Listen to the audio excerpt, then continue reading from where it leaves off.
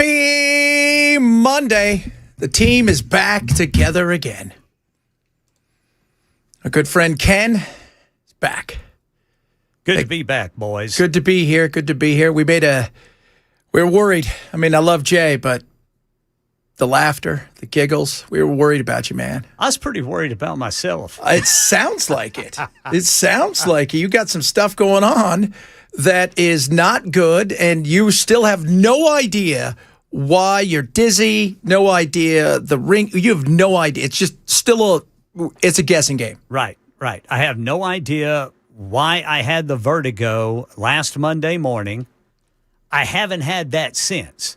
But what followed the vertigo was this incessant, loud hissing, mainly at night, and no sleep. I went twice last week. I went 48 hours without sleep. Oh my God, you're living in my world. Yes. And I thought about you often, and I thought, how in the world is this dude surviving? I don't know. By not sleeping. It's weird. I just do, and it's bizarre. But I know. And you said, guys, wait till I tell you how I went to sleep last night. Oh yeah. As opposed to Bell, who tells me this today as I get in. Ken, well, let Ken finish his story. No. Let's just talk about before we get to yours. Bell's like, Bell, tell everybody what happened yesterday. I woke up at 5 and went and got a couple donuts and some coffee. And then somehow or another, I was on the computer, and somehow or another, I lost track of time in my head. And when I looked at the time on the computer, it said 7:18, and I thought that was PM.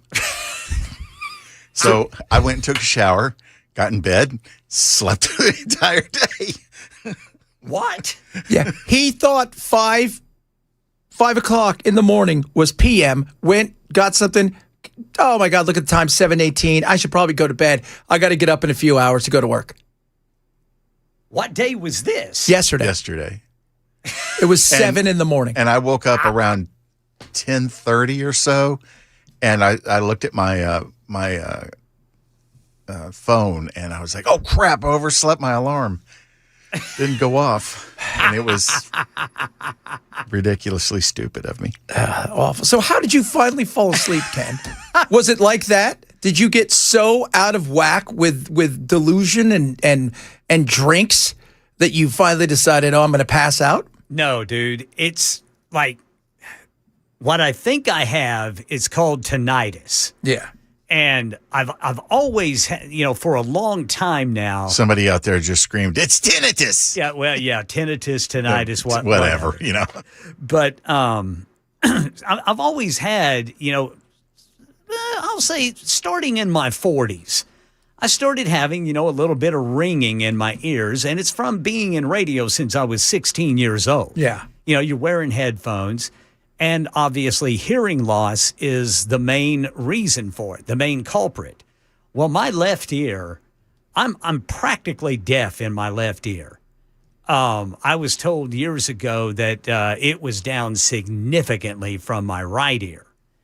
And so just I'll just go back to how all this started. The week before last, I had an ear infection, but this was in my right ear. So whenever I would swallow, that ear would hurt. And then, it would hurt down into your throat, too. You know how whenever you have an ear infection. I didn't think much about it. I just thought, okay, well, here's another thing, and it's probably because of my allergies. Saturday, my son and I go to Sonic, and I can hear the girl on the intercom, but I can't understand what she's saying. And I'm looking at my son, and I said, well, what did she say? And my son looks at me with this crazy look. He said, Dad, she's asking me if you want ketchup and salt. And I said, oh, yeah.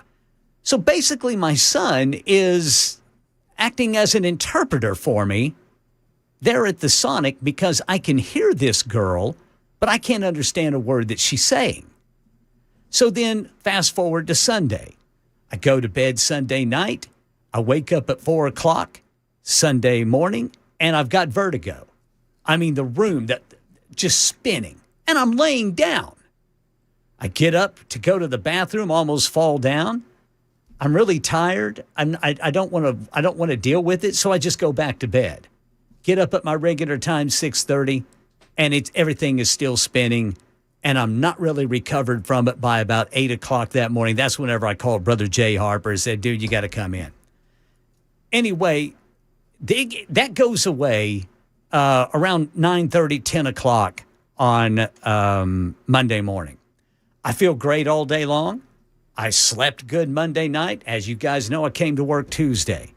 But that night, man, when I laid down to go to bed, just this hissing just started in my ears.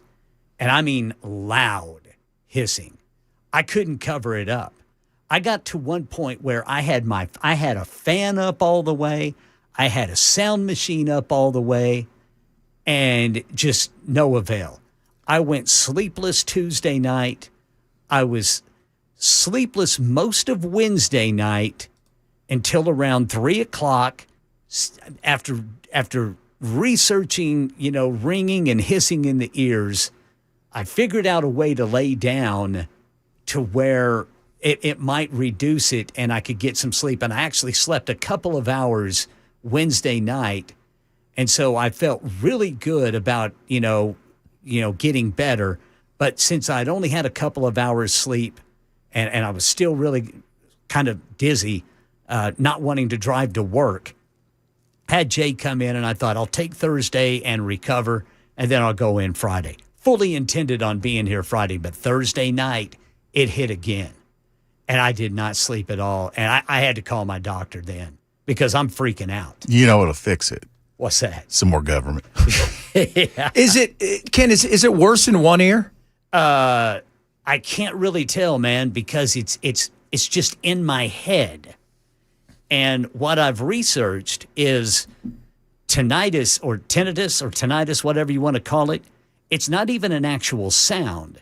It's your brain freaking out because it's not getting a message. It's not getting messages that it's used to getting due to hearing loss, which I think is my case and what my doctor and I are trying to, and me and my doctor and I are trying to figure out. So, I'm on this regimen of steroids, antibiotics, and that sort of thing to kind of rule out maybe an inner ear infection, because I did have that ear infection. I've already known that I've lost a lot of hearing in one of my ears, but no sleep Thursday night. Friday, my wife orders me a pair of hearing aids. I put them in and I'm hearing things I'm hearing everything. Is it weird because you, for so long, you kind of got used to hearing not as well, and Yes. now it's like, oh my God, how much have I missed? Yeah. And I think it's the lack of hearing in that one ear that has caused my dizziness issues while I'm driving and that sort of thing. But I've learned how to deal with that. So I go to the doctor Friday. He gets me all this stuff. We're starting this regimen. Put in these hearing aids, and I'm actually able to take a nap Friday afternoon. And it was just lovely. It was just like an hour and a half nap.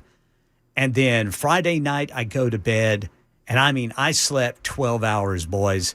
I slept from 8 until 8 Saturday morning. I thought, okay, it's fixed. It's done. All day Saturday, have a great time. Saturday night, I go to bed, and it's like a freaking train running through my head again. Is it always worse at night? Always worse at night.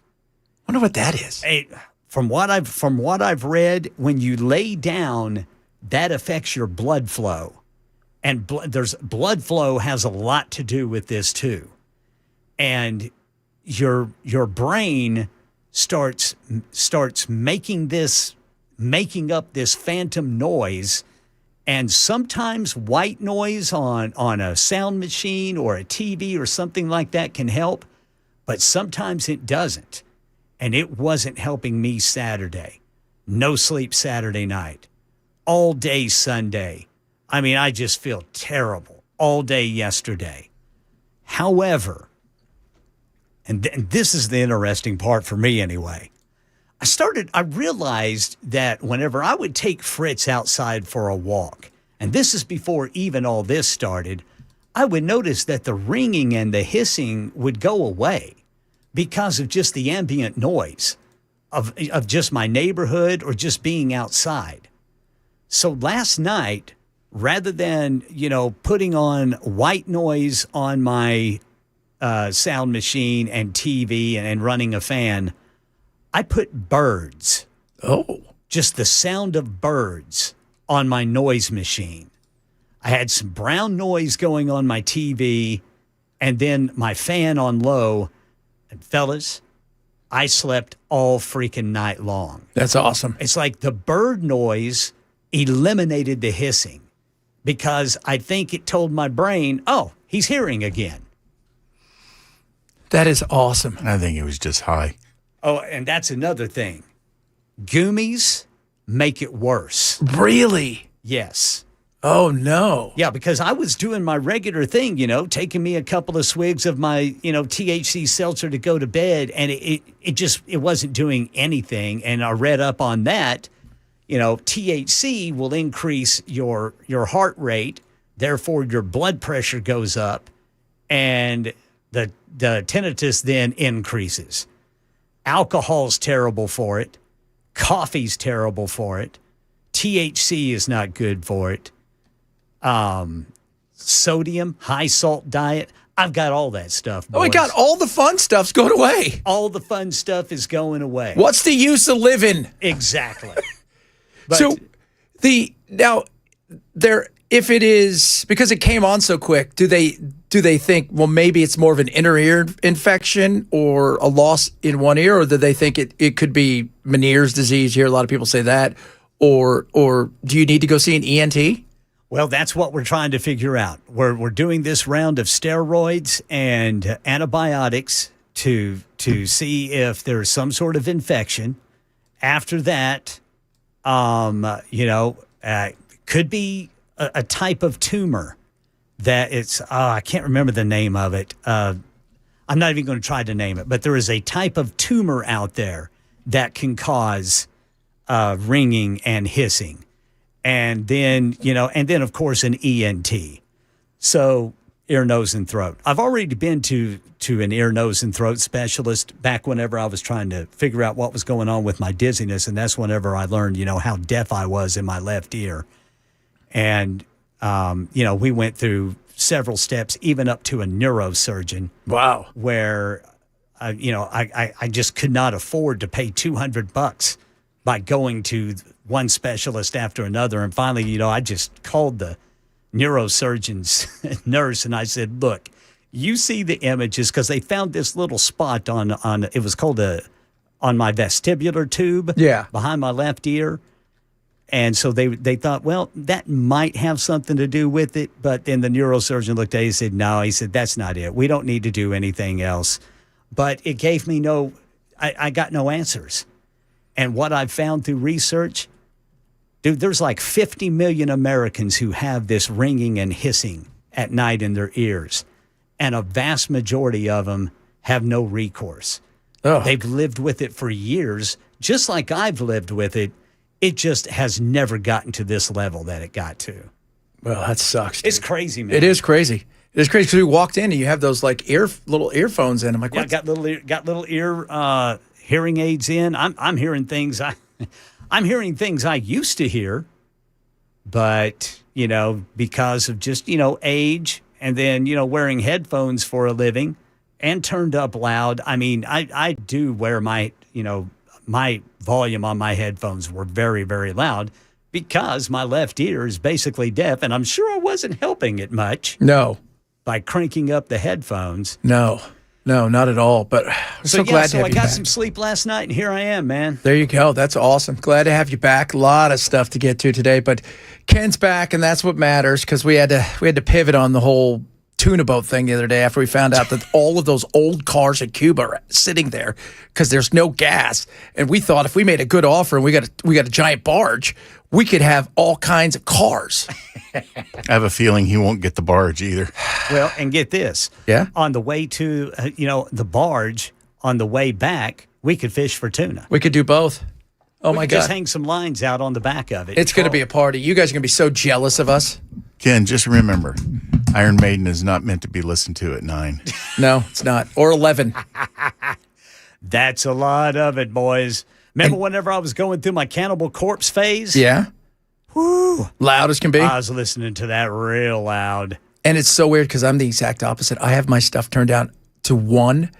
I don't like loud noises. It's a little bit of the spectrum right there for me. Dude. Just a little bit. I'm like that too. I sleep with earplugs in, and when I wake up in the morning, I do not want to take them out.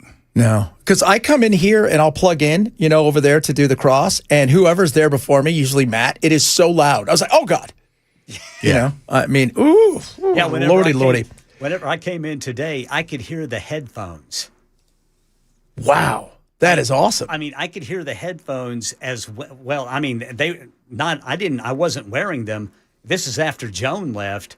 I came in here and I could hear the headphones just as loud as the overhead speakers. Whoa, that's So Joan's probably listening, listening to the programming pretty loud too. radio. We're It's the bowl, radio, man. We're the bowlers of the entertainment world, kids. That's right. We do it for you guys. A lot of stuff to get to today. Yes, we're going to talk about some other stuff. What's going on at the zoo? What are we doing?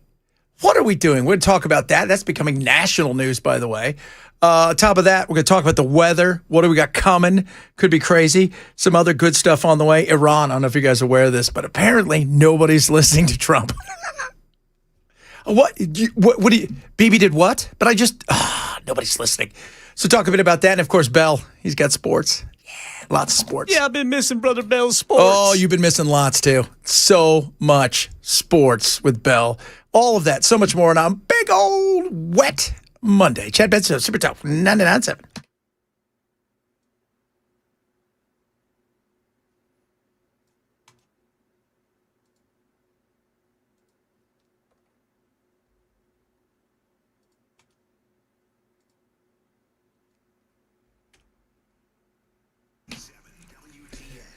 Bulwark Capital would love to talk to you about what it is they're doing when it comes to the stock market, the investment world. And not just our market, globally. They have a different outlook on things. The way that they manage money, it's a global outlook. So whether it's your investment or your retirement, what are you doing? How is it going? They're up quite nicely. And here's the beauty of it. It can go up and go down. They can make money either way. And that's the beauty of what it is they do. They're not afraid to be short things, and they're also not afraid to be in other markets globally. They look around and see what's happening in other markets and take advantage of things being underbought in certain areas. So this is what I want you to do. Get a free Know Your Risk portfolio review from our friends at Bulwark Capital Management. All you have to do is go to knowyourriskpodcast.com. That's knowyourriskpodcast.com for our good friends over at Bulwark Capital Management.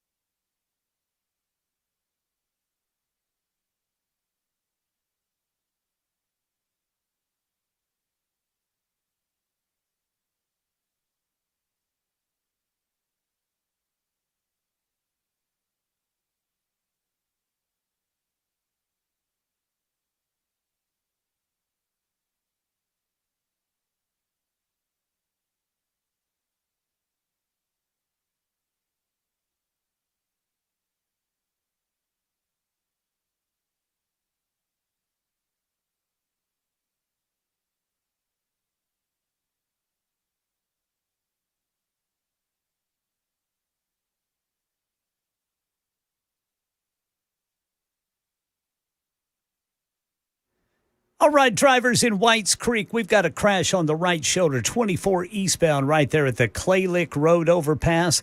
Then a crash on Briley Parkway northbound at Averett Express Drive. That's going to be east at Glencliff. And those opposed to that data center near the zoo, running out of time. Details coming up at 12:30 on Super Talk and 99.7 WTN. Oh, we're going to be talking about that coming up a little bit. I tell you what the hell you guys doing? Messing with the zoo? I love me some zoo. Bunch of craziness. Ken, what's the weather going to be like today? We're going to have off and on showers and possible storms. What do you think about that? It's getting a little swamp-assy. Yeah, it's getting real swamp-assy. And got to look out for floods. Got a flood watch out there. Somebody actually texted in last Friday and asked for a swamp ass report. We're getting there. Yeah. We're getting there. We got to get right around 90, which Man. I think we could see this week. Yesterday was swamp ass. Yes. That was swamp ass yesterday. That's what I heard. Now, I didn't leave my house, but I heard stuff. I heard rumblings. So, and by I mean, I didn't leave my house. I didn't leave my tiny studio at all. Didn't go anywhere. You heard Didn't do- people out on the street say, man, I've got a bad case of the swamp ass. That's probably what they were saying. You know what I was thinking? It's 72 degrees in here. Maybe I'll turn down to 67 and I'll cover myself up and the cat and I will sit here and watch sports. Man, I hate swamp ass. Kid at school got swamp ass. Cats followed him around for a year. Yeah, I bet, speaking of swamp ass, I bet CMA Fest was swamp ass-horrific. Woo! Woo! Yeah. Florida, Georgia swamp ass. I was just seeing all the people out there and I'm thinking, oh, that's just feels like a nightmare. People are sweating already as they're walking down the yeah. street. I'm like, you're not even somewhere you're going to be hot yet. Dude, they were sweating at 8 o'clock in the morning. Yeah. It was so humid.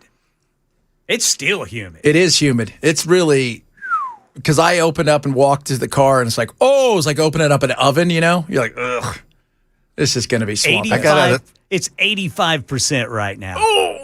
I got out of the car once I got here and my glasses fogged up. That's how swamp assy it is. It's just nasty out there. That's all we're telling you. Hey, where was the, did you see the fireworks explode? And was it I-75? Yeah, that was awesome. so awesome. Everybody got a free fireworks show. Free fireworks show. What was that going to? I don't know. Well, wherever it was going to, you don't have to worry about it. This one was free. This one was free. That was crazy. And I bet it was because of swamp ass. That's how hot it is. Hey, people want to know where you got your hearing aids. A lot of people are asking. Amazon. Yeah. I don't know the brand. My wife got them for me. I'll have to look at that. Do you remember when you used to have to get hearing aid, like prescription for hearing aids? Yes. How silly was that? Yeah, and they would cost like $4,000. Yeah. Now it's like you can go at $99.99 at best. Well, we were going to get him one of those big giant things he just sticks in his ear with the big tube so we could yell at Ken. Yeah. What's going on? What's happening? It's so weird. But that was, I remember when it was it several years ago, you used to have to get a prescription for that. Yeah. That's like getting a prescription for pants.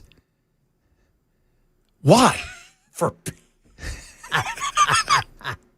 Hold on, I got to stop by my pharmacist. He's got a prescription for my pants. It's a hearing aid. Well, you can't hear. What kind of damage are you going to do at that point if you already can't hear?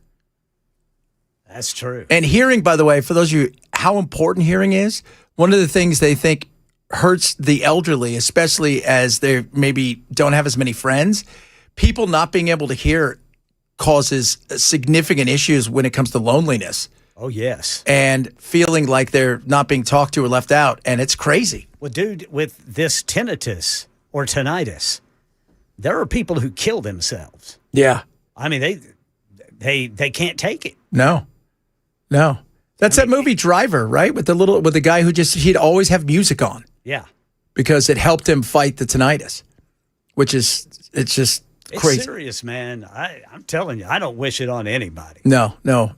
Are they connected though, or is it not the vertigo / tinnitus? Don't know. They don't even know. I mean, it can definitely cause dizziness, but like Probably not like that. Yeah, my dizziness is not like my vertigo was. Vertigo was everything spinning. My dizziness that I get is just kind of this feeling of just kind of lightheadedness all of a sudden, and then it just goes away. Whereas vertigo was like everything was freaking spinning. Ooh, we don't Even with my eyes closed laying Oh, down. that's awful. That's awful. We wish that upon nobody. Upon nobody. All right, coming up, Ken's got the latest. We're going to talk about the zoo. What the hell's going on over there? Can it be stopped? Will it be stopped? Won't it be stopped? We'll discuss that, among other things. Chad Benson, Super Talk 99.7.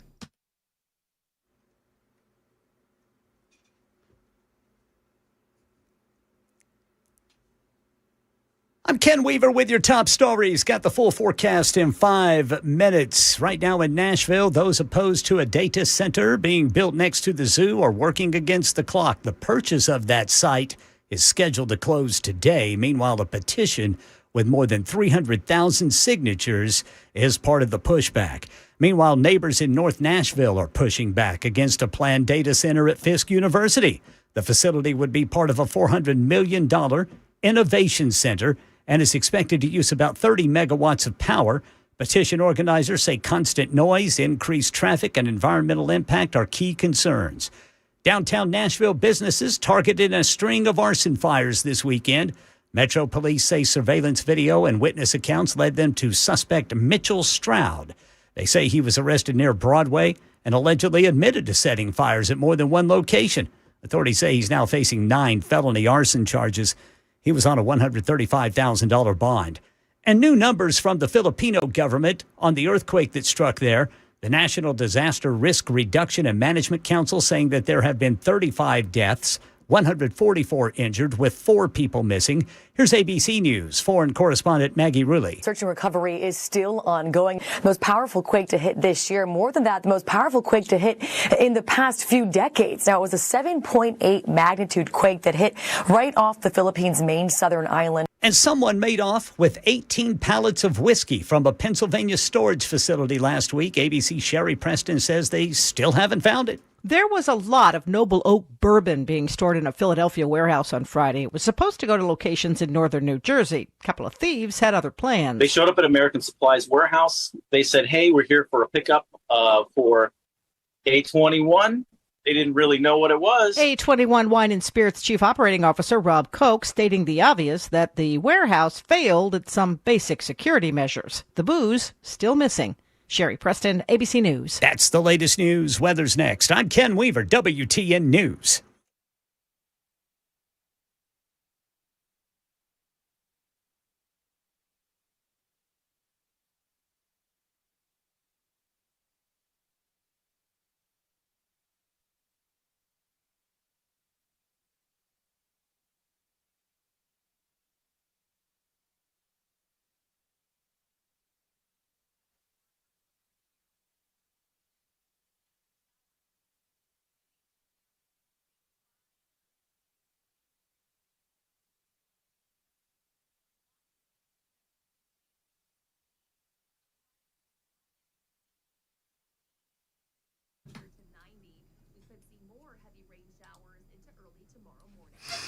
Beacon Capital Management, like talk to you about what's going on in your retirement. As you get closer to retirement, it's not just the dollars and cents out there that are important. You don't want to outlive, obviously, your retirement, have to unretire. Nobody wants to do that. But there's other things that go along with retirement, from taxes to health care to estate planning and many other things, including long-term planning.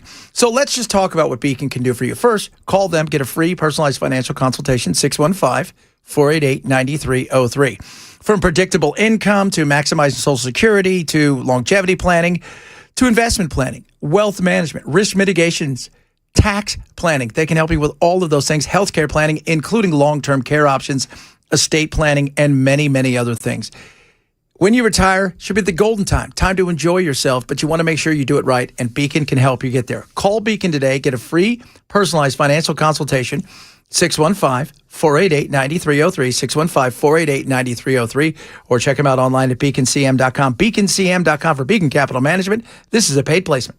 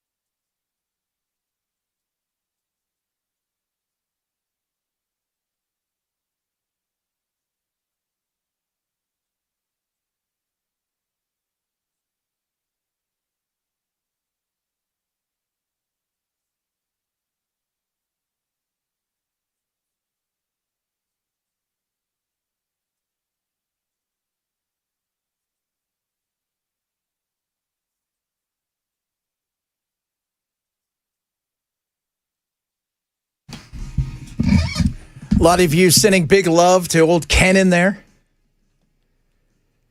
As you should be. It's good people. Good people. You know what else is good people? And good animals? The zoo. 300,000 people have signed on to a petition. What are we doing putting this there? A data center.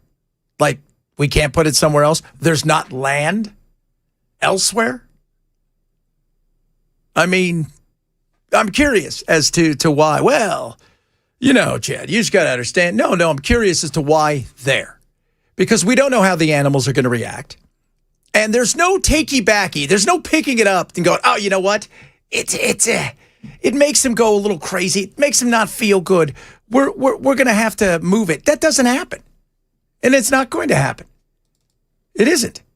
And this is another issue. And Matt and I have talked about it. You know, a lot of people are frustrated over these places coming in, taking over areas, feeling like the communities have zero say in what is going on. They're finding ways around things. And I'm not anti-AI or data centers, but I'm also not an idiot.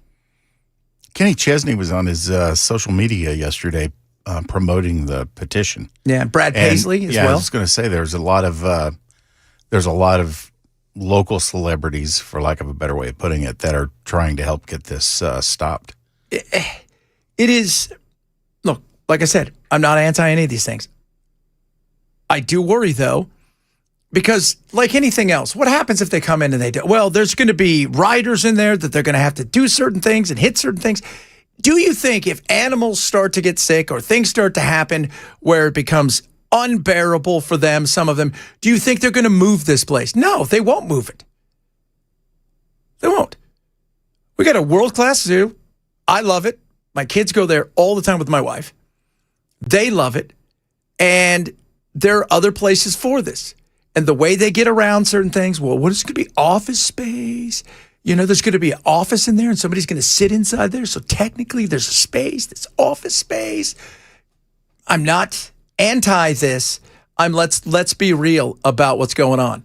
And also now at some point, what point too, do you want to put something in an area where everybody already hates what you're doing? Everybody already hates it. Nobody likes what's going on.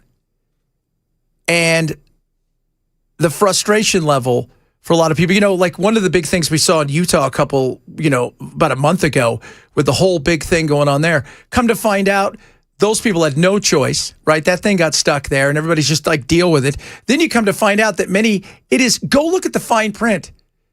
Those people don't have to pay sales tax on any of the equipment they buy in Utah or use. You're like, what? Yeah, these are all the little breaks and things that you and I sit here and go, well, what? Why is everybody else getting all these things? And they're thrusting this upon it. Opposition to this project continues to grow this morning, with the Nashville Zoo's petition now topping 300,000 signatures. The proposed project would place a 69,000 square foot data center on property directly next to the zoo's parking lot. Zoo leaders have raised concerns about possible impacts on animals, visitors, and the surrounding area. Over the weekend, country music star Brad Paisley joined the growing pushback, posting a video on social media urging people to sign the petition opposing the project. Paisley called the proposal the wrong fit for the area and said he believes there are better places for a development like this. He says in part, quote, "The zoo is one of the sources of joy in the city. It is one of the top zoos in the world. It's family memories. It is expanding itself. It's got all these plans to become even better as a resource for our city. So let's sign a petition if you agree." Nashville Zoo President Rick Schwartz tells us the increasing response to the petition shows just how strongly people feel about the issue. Our phones are lighting up. The community does not want this next to the zoo, and I'm urging the community to help join our fight to block it. And in a statement from DC Blocks, the company behind that proposed data center, they tell ABC News, quote, "They will work to minimize local impacts and assure that there will be no health risks to residents or animals, and the proposed data center will not be an AI factory." Yeah, I don't think anybody's buying that. And they don't, because they see what's going on around the country. They're frustrated. They're looking around going, you're going to get tons of tax breaks. What does it all look like? Right? And why do we and everybody else in these areas only hear about this when it's at the end stage of them getting ready to acquire something or put something in, because they know people throw up a stink. There's plenty of space out there. Several of you said put it by the airport. Here's the other thing. As somebody just said, with it being at a premium, all of this area in and around, anywhere near downtown, being at a premium, why wouldn't you put it elsewhere that if you need to expand or you can expand, that you could easily? Why wouldn't you? There's another company called Radius DC. Yeah. And they are actively constructing a 102,000 square foot facility at 2902 Brick Church Pike. Yeah. And also Fisk University has a proposal in for a data center on their campus. Yeah, that's what Ken was saying in his newscast. Everybody's focusing on the DC blocks wall in the meantime. And I know a lot of that's because of the location, but I had no clue we were getting a data center built as we speak. All over the place. And because one of it is because Trump is big to AI. Look, again, I'm a big proponent of AI. I have an AI company. I'm a huge proponent of it. Let's do it. Let's be smart about it in the way that we do things. Okay. And the fact that certain states, especially states that are redder than others, are running at putting these things in. Let's take a look at some of the stuff that it's doing in some of these other states where costs are going up. And if it's not going up in the energy side, it's going up in the water side. And if it's not going up in the water side, it is going up in the energy side.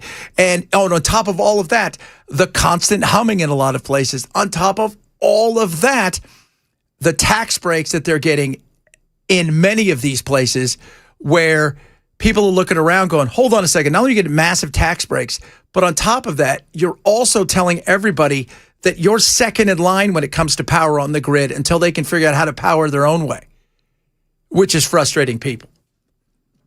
And that's only going to grow because remember last year, if you'd have told people about data centers, people would know, what the hell are you talking about?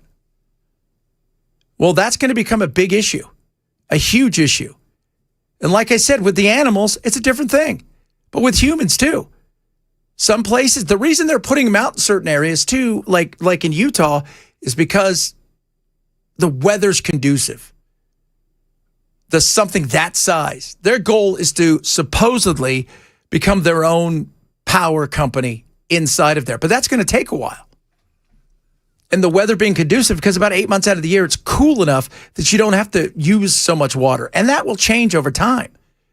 But the humming, that's a serious issue. And like I said, if you're going to expand some of these things, putting it there, does that make sense? I mean, drive around a lot. I see a lot of areas outside of Nashville. Like, why does it have to be here? Why does it have to be here? We'll see. We'll see how this goes. No doubt some of you are frustrated. And like I said, let's talk about it. Right? It's fair to talk about. Let's see what the fine print says. But I think they have until today, right? The land's getting closed. Yeah, the deal could close today. Oh, God. So there are 26 data centers either proposed or being built right now in Nashville. That is insane. And remember, if it goes up next door to you and there's that hum, they'll say, we're going to try to fix it. They're going to say this, they're going to say that. If stuff goes up, they're going to say, well, it's not going to last forever. They'll come up with some excuse. Is what I'm feeling is going to happen. Now, is it going to be everywhere? No, I think these things will improve over time, but are we there yet? And what does the fine print say? Well, and I wonder, how you have noise barriers along interstates yes. in some cities. Are there noise barriers around these data centers that could possibly help with that? Probably. But that increased cost. No, probably increased cost. But on top of that, who's going to pay for it? Is it going to be increased cost because they're going to put it in? Or are they going to tell the city, well, if you guys don't want this kind of noise, you're going to have to put it in? And then on top of that, if you live across the street or just up the road, do you want these giant concrete walls? That probably doesn't help your property value. Well, maybe they'll paint a pretty picture on them. That's a possible. Pretty picture is always nice. Always nice. So, but, the frustration level, I think a lot of people is a lot of people are ignorant to what these things can do, what they can't do. A lot of people are also ignorant on, and that's understandable. All of us were ignorant last couple of years about AI, right? We didn't know about it. But then when you start to go see what other states are going through, like Texas has some places where it works out well. Why? Because it's in the middle of godforsaken nowhere. You could crank it up. You could put Cannibal Corpse on, Ken, as loud as you want. Nobody's ever going to hear it. I doubt that. Probably not. But at the same time, some of the places where they're in and around a large, city or inside of a county, they've seen their prices go up, and they've also seen what happens when the weather turns nasty and they've got to start, powering down because there's too much going on the grid, which can't handle it. And who gets to stay on? Well, the AI data centers do. Nobody, this is, and what happens now? What if the animals get sick? Like the birds. What if they get sick? The bees. The Komodo dragon.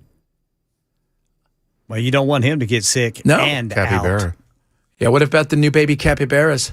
Oh, little fellas. We don't want them getting sick. Tell you what, to go over there and get angry at these things. So let us know.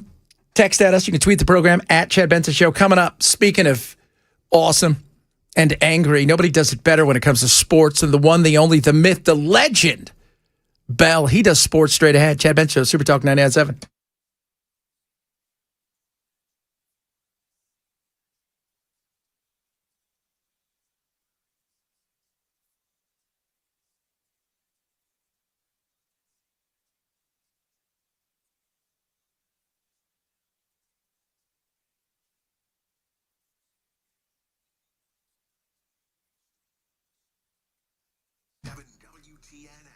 Relief Factor is awesome. Now, if you struggle with everyday issues, aches and pains in your joints, right? We're talking your muscles, things of that nature. We're not talking about, your back's been blown out and you had that surgery. We're talking about aches and pains, just your muscles, a little sore, inflammation kicking your butt. This is going to help you like you cannot believe. Relief Factor is awesome. Right now, 3-week quick start is just $17.76. Celebrate Independence Day. It is amazing. It works. Anthony, who has been a listener of mine for a while, he was struggling with everything. And he started taking Relief Factor after about a month and a half. He's back to living life. He goes, I'm fishing, I'm gardening, running my business again. Thank you, Relief Factor. Naturally formulated, absolutely works. Third-party tested for potency and purity. You will feel the difference. I'm telling you guys, it fights inflammation. So this is what I want you to do. Go to relieffactor.com, relieffactor.com. Get a $17.76, a 3-week quick start for just $17.76. Get yourself independent from pain. Get yourself living life again with Relief Factor. Relieffactor.com. Or call 800-4RELIEF. 800, the number 4 relief for Relief Factor.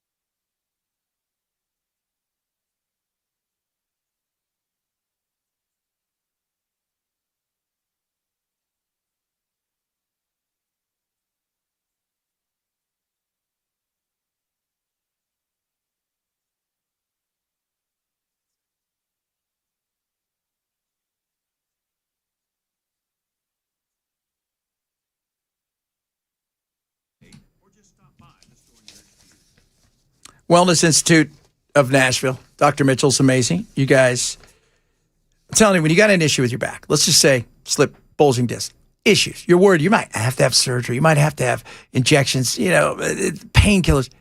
That's when you're so desperate. Who do? You turn to the Wellness Institute of Nashville. They're amazing, innovative. Dr. Mitchell's incredible. Right now, Medical Bay One, futuristic healing machine, massage your body, full body lasers, using red lights, including near infrared. And here's the beauty of it. It also adds stem cell stimulation for tissue regeneration, uses photons and wavelengths for the ultimate in healing. There's no surgery, no injections, no pain killers. Right now, their epic $33 special off each visit for your spine. That's what I'm talking about. Dr. Mitchell, innovation with his knowledge is incredible. Go to painisbad.com, painisbad.com, or call 615-246-5009, 246-5009 for the Wellness Institute of Nashville. Drivers, we've got crashes in the way. Whites Creek, the right shoulder going eastbound on 24 there at the Clay Lick Road overpass. Look for one in Dixon. This is going to be 40 eastbound just past the Centerville-Dixon, Tennessee 46, exit 172. Then East Glencliff, Bradley Parkway northbound at Averett Express Drive. A proposed data center getting a lot of pushback here in Nashville, and not just one proposed data center in Nashville. We'll tell you about it coming up at 1 on Super Talk 99.7 WTN. Oh, can you be missing out on the thing that makes us all smile? I know. Now it's time for Sports with Bell. When you need to know sports information, you turn to the guy who calls basketball shooty hoops. Let's talk some sports with Bell. Loving Bell. What you got for us, Bell? Have you ever wanted to put your butt where Taylor Swift has had hers? Okay, talk to me. The seat that she was sitting in at the Cavaliers game when she went with Travis. Yeah. It is up for auction, and if you have $7,000, you can beat the bid that's currently there, which is $6,500. There you go, guys. When we talk sports with Bell. I had no idea this kind of thing went on. I mean, it makes sense that would be up for auction. But there's all kinds of other ones that are up for auction too, and some of them just say, courtside fourth game. That's crazy. And it's like that one was $300. So you just buy the with seat no real provenance. That was at the game. Yeah, you weren't at the game. No, but the seat was. And Taylor Swift sat in it. I could see how some weirdo who's a stalker and or a fan could purchase that. Well, somebody's already promised to pay $6,500 if they can keep the bid going. Like, where would you put it? I guess this is the kind of thing that, like, in your shrine. Yeah, that either a Cavaliers fan or a Taylor Swift fan is going to, want to get that. Oh my God! What if you were a Cavaliers fan and a Swiftie? Oh, goodness me! The universe would explode. Yeah, but that's not possible. That's so weird. Like, I've got friends who have. They've got, the old Yankee Stadium. They got seats from that. I got friends who have Montreal. They also have Montreal Canadiens from the old Forum. They got seats from that. But I'm not buying a seat that was just on the floor. That's a fold-away chair, by the way. It's one of those cheesy fold-away chairs. These aren't actual seats you would sit in normally. That's the kind of stuff you would go to a wedding and they'd unfold and they're just white, or they're just aluminum chairs with a cushion on it. And I'm not even sure you get the armrests. Oh, there's a whole lot of pictures on here. Only one of them has the armrest. Well, now you're really screwing us. Plus, one of the armrests has the cup holder built into it. Oh, I like that. Do we get any of so we don't get? We might not even get that. Yeah. Goodness. But you do get a letter of authenticity that Taylor sat in it. That her ass was here. Yes. Look at those apples, kids. That's what I'm talking about when it comes to sports. Now that's sports right there. That's sports right there. Sports indeed. I just did that for all the Cavaliers fans in Middle Tennessee. Is there plenty of them? I have no clue. Probably not. Probably not. We're going to talk a little basketball later because old Trump's going to the game tonight. Yeah, that's going to be something. Yeah. We'll Did you see where somebody asked the judge to stop the MMA fight at the White House? Yes. Oh, yeah. Talk a bit about that. Did he cancel the concert, too, from what I understand? Cancel the concert? Because when he found out that both Millie and Vanilli were not going to be there. He was heartbroken. Oh, Lordy, Lordy, Lordy. Coming up, hour number 2, got more on what's going on when it comes to data centers everywhere, people. Everywhere. Plus the latest on Iran, bunch of other good stuff on the way. If you missed the show, share when you go to the podcast. Hour number 2, straight ahead. Chad Benson, Super Show, 99.7.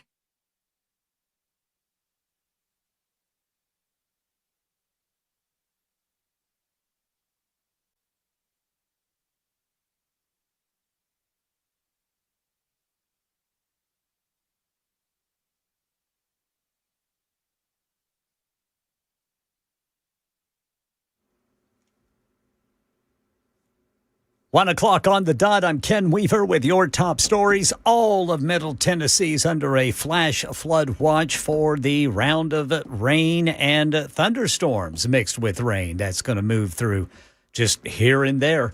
We'll tell you more about it during the full forecast in 5 minutes.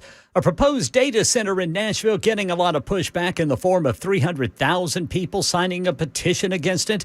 Metro Council member Courtney Johnston telling WTN's Nashville's Morning News the company behind the project next to the zoo, DC Blocks, is not operating in good faith.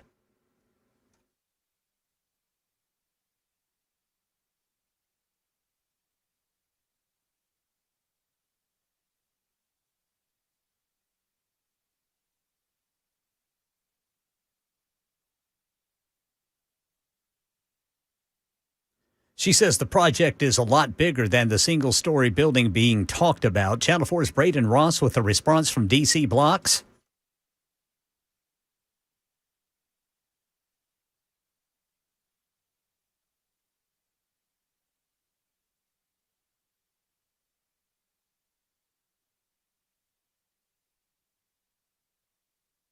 And any new energy infrastructure the project requires, and committing to testing and managing noise to locally required levels. Nashville Mayor Freddie O'Connell has also said he has hesitations but has stopped short of outright opposing the project. Metro Police have arrested a man accused of setting multiple fires in downtown Nashville over the weekend. Investigators say 49-year-old Mitchell Stroud was identified through witness reports and surveillance video. He was found near Broadway with a lighter and admitted to setting at least 2 of the fires. Stroud now faces 9 counts of felony arson and is being held on a $135,000 bond. A Facebook Marketplace meetup in Laverne turned into a shootout. Channel 4's Marius Payton. Police say 3 people arranged to buy something, but during that meetup, they allegedly took the item without paying and then just drove away. We're told the seller followed them and fired shots, hitting one of them. All 4 people were arrested, including the seller. Now the seller's charged with attempted murder. There's been a handful of black bear sightings in Middle Tennessee. The Tennessee Wildlife Resources Agency says they've been spotted in Hickman, Dixon, Wilson, Sumner County so far this spring. TWRA encourages everyone, don't feed or approach bears. Get rid of pet food outdoors. Clean and store your grill.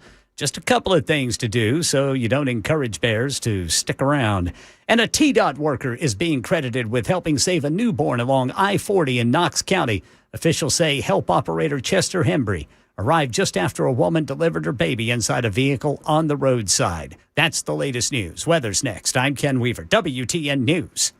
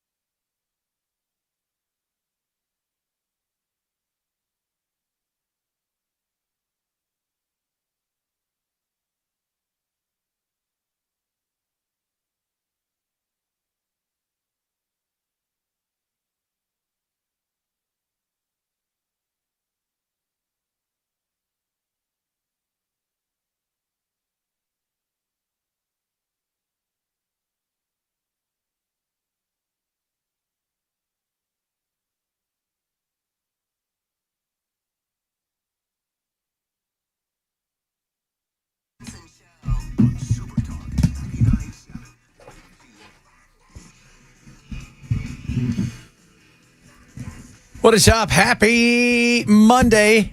Team is all here today. Ken is back from the evil that tried to slow him down. We will not allow that. Not in our house. No, sir. No. Ken is back, playing injured, but here doing his thing. We love that. He's got his new. Now, are you wearing your hearing aids Right now? Whoa. Does it just sound blaring? No, doesn't sound blaring. I mean, one thing, I don't have to turn my headphones up as high as I had them before, which is probably helping out tremendously. That is. Because I was like, man, that's got to be blowing his ears out. But you hear a lot of like surrounding sound that I didn't hear before. No, people talking behind your back. Exactly. You can hear everything. I'm going to start hanging around corners and listening to what people are saying in the hallway. That's funny. Can you set it so you can have super hearing? Well, I could set it to where I could blow my brains out. That's not a good thing. Let's not do that. Let's not do that. We want it to be just enough. Yeah, these they've got a volume control and frequency. And I'm still kind of messing with them, to get that sweet spot. So if you guys don't know, he's got potentially, what is it called? Tinnitus? Tinnitus. Tinnitus. Yeah. No, tinnitus. Yeah, whatever he said. Because I've always so used to saying tinnitus. Well, and I call it tinnitus too. But then I become worried that people are going to correct me. Well, they can't hear you if they have it. Well, that's true. I didn't think about Yeah, that. there you go. Tinnitus. Tinnitus or tinnitus? Yeah, my doctor called it tinnitus, but he said you can also call it tinnitus. Okay. Well, and he's a doctor. And he's a doctor. I mean, that right there is what. Who is it? Archer. Remember Archer had tinnitus or tinnitus? He was always worried about that in that cartoon. I never saw that. Oh, my God. He always had it. He was freaking out about it all the time. So, Trump is going to the basketball game tonight. And what kind of welcome do you think he's going to get in New York? It's going to be interesting. It is. And look, this is the way I feel about it. A lot of people out there, it's selfish. It's a lot of things. Yes, but he's a New Yorker through and through. So this is not like he's showing up. Like if he shows up in Cleveland and it's Cleveland, right, taking on the Lakers or something like that, he's showing up because he wants people to be seen or whatever. Yes, but he is a New Yorker. Yeah, but there's always that faction of people that want to boo him just because it's the cool thing to do right now. Yeah. And then there's somebody just said, I bet you tomorrow the liberal media is going to say he got booed. And I said, probably. And what do you think the conservative media will say? Oh, they weren't really that booey. It'll probably be a smattering of both. What if the Knicks lose? That's my thing. What if he goes tonight and they lose? They're up 2 games. And they have yet to lose a playoff game. And he shows up and they lose. Oh, God. No. That would be because even if you support Trump, you're like, sorry, dude, you can't come anymore. You know how superstitious they are. Yeah. Oh, he'll get blamed for it. He will get blamed for it. And the other side of it is you got to get there 2 to 3 hours prior to the game. Kind of like a flight. There's going to be they've been having watch parties. There's going to be no watch parties because of Trump being there. And the worry of, the spectacle. And obviously there's been some issues with assassination attempts. That's like, probably the number one thing. Maybe. But the chaos that's going to be there. They also don't want protesters there. All, just taking away from what should be a fun night. Now, a lot of people like it's selfish. It's like, hey, but he is a New Yorker. I don't have a problem with him being, he's going there. He's going to root the team on. It's if he wasn't president ever and he went, nobody would have cared because he's a New Yorker. And my assumption is I don't think he's a Nets fan. Maybe I'm wrong. I feel like he and Dolan are good friends and, they do deals together and whatnot. Dolan's the guy who owns the Knicks. So I feel like it's okay.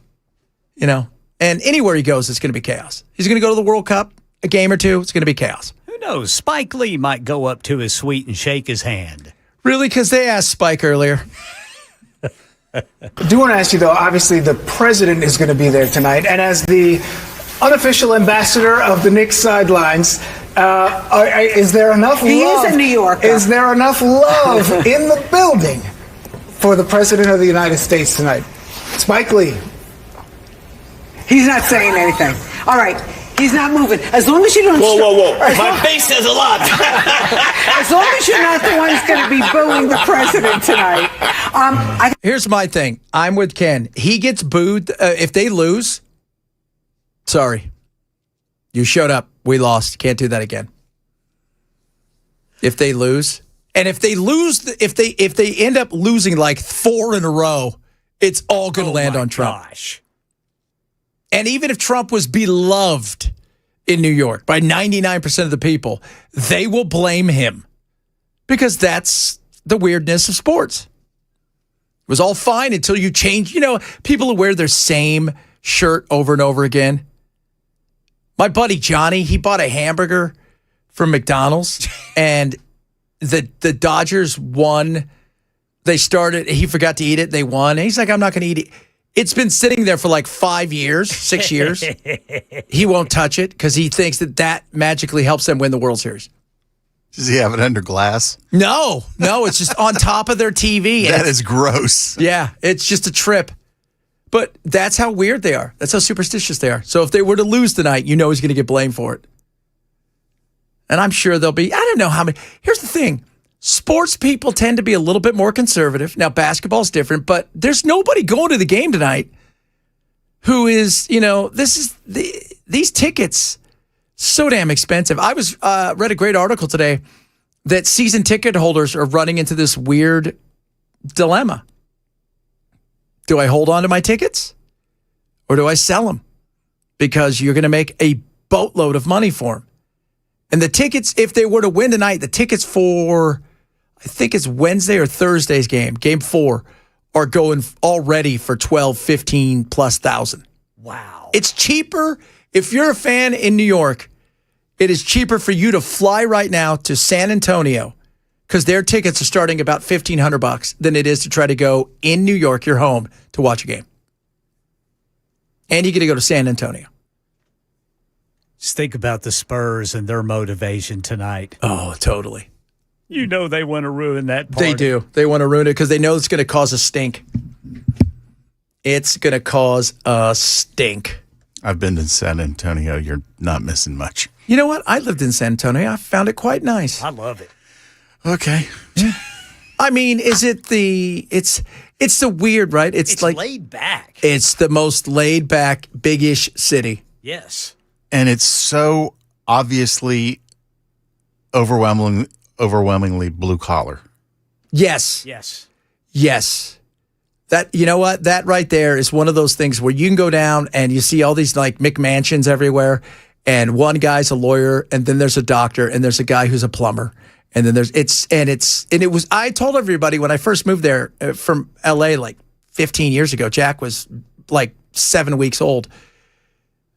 Everybody's like, it's going to be, they're thinking it's Texas and everybody's going to be like, oh, cowboy boots and hate everybody a different color. I'm like, I've never been to a city that's so diverse where there wasn't this side of town is where, the African Americans are, and this side of town is where the Mexicans are, and this side it was everybody lived together. But it was overwhelmingly super blue collar. It reminded me of, it was like New Mexico in the middle of Texas. Yes. Because New Mexico is very laid back, too. Yeah. And it's also a big circle.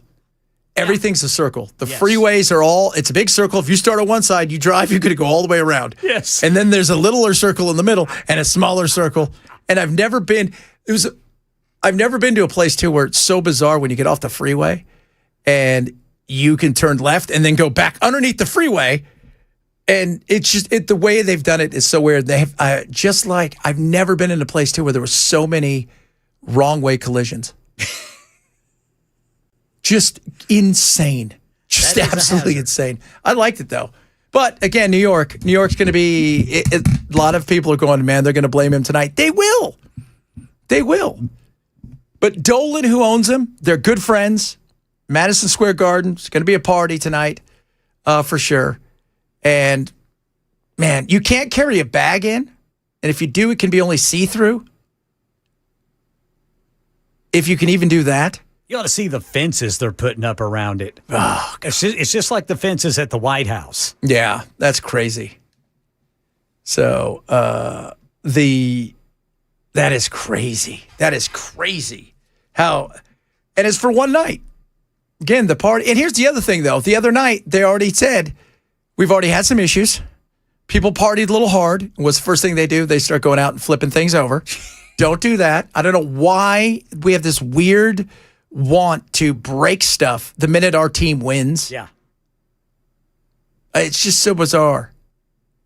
It is. I mean, I just, hey, guess what, guys? We're going to win tonight, potentially. So if you could not set the city on fire, that'd be super. Right. We shouldn't have to have those at all. So how much is this costing the taxpayers? I have no idea. I bet a lot.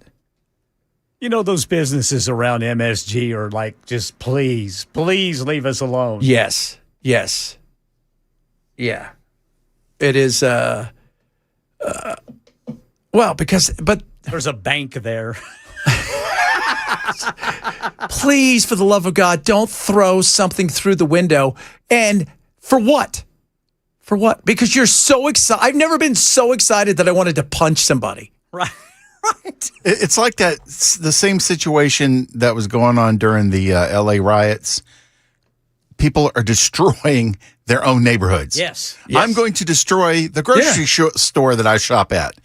And once you do that, you have to drive farther out to get groceries. I never understood. So Food for Less, which is one of the big companies that does supermarkets, they had only been open, I think they opened up on a Tuesday, brand new Food for Less. I think it was Watts right near Crenshaw.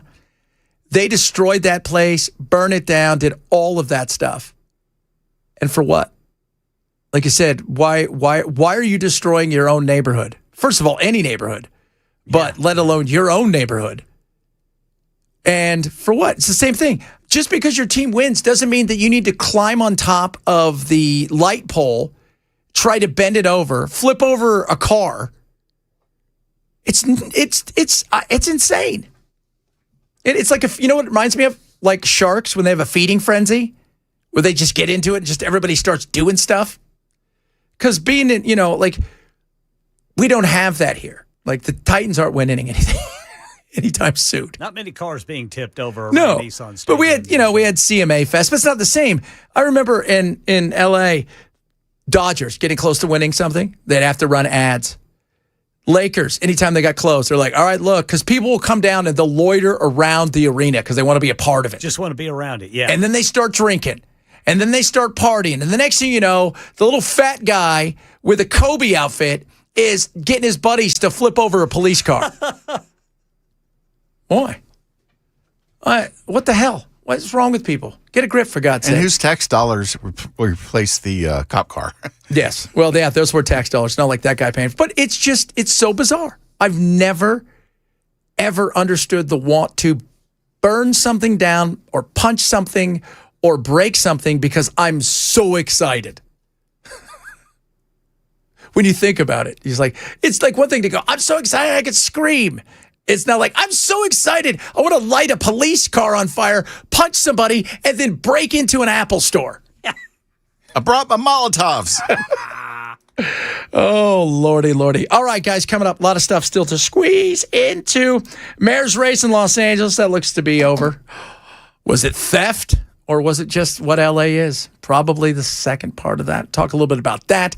More on what's going on here when it comes to, yes, I'm going to say it, the data centers. Several people have chimed in about what it might do to certain animals, including bats. We left the bats out. Man, we're going to have to get them little earmuffs. You know what that cost? I don't know, but we're probably going to have to make them. That's what we do here. Chad Bench Show, Super Talk 99.7.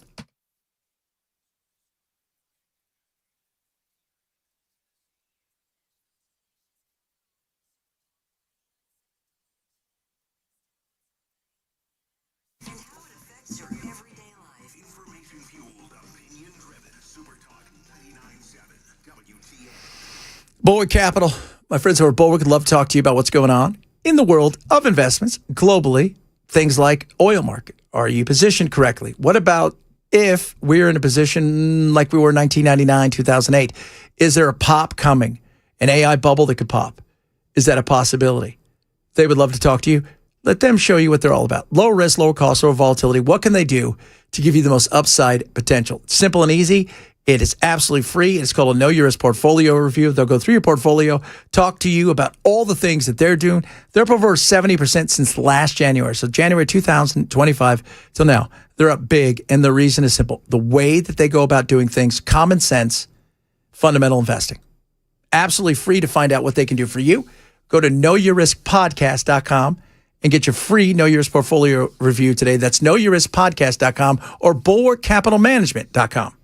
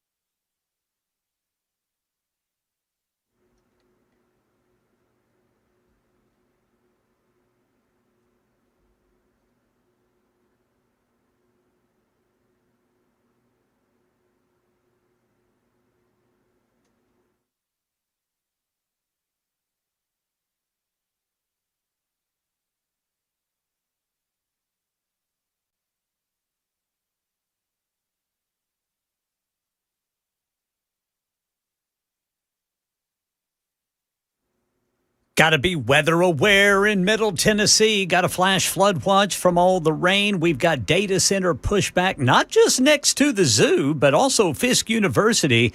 And Target is voluntarily recalling some baby wipes that can cause bacterial infections. We'll tell you about it at 1:30 on Super Talk 99.7 WTN.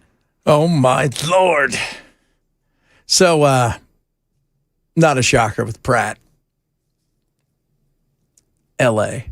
People are like, I can't believe this happened. Really? You can't?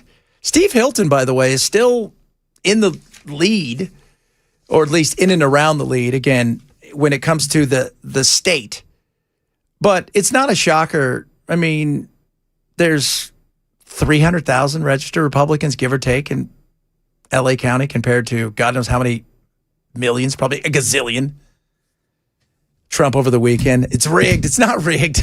You could triple the number of, so for every one vote the Republican gets, you can give them 3 points and they're still going to lose. That's just the way it is.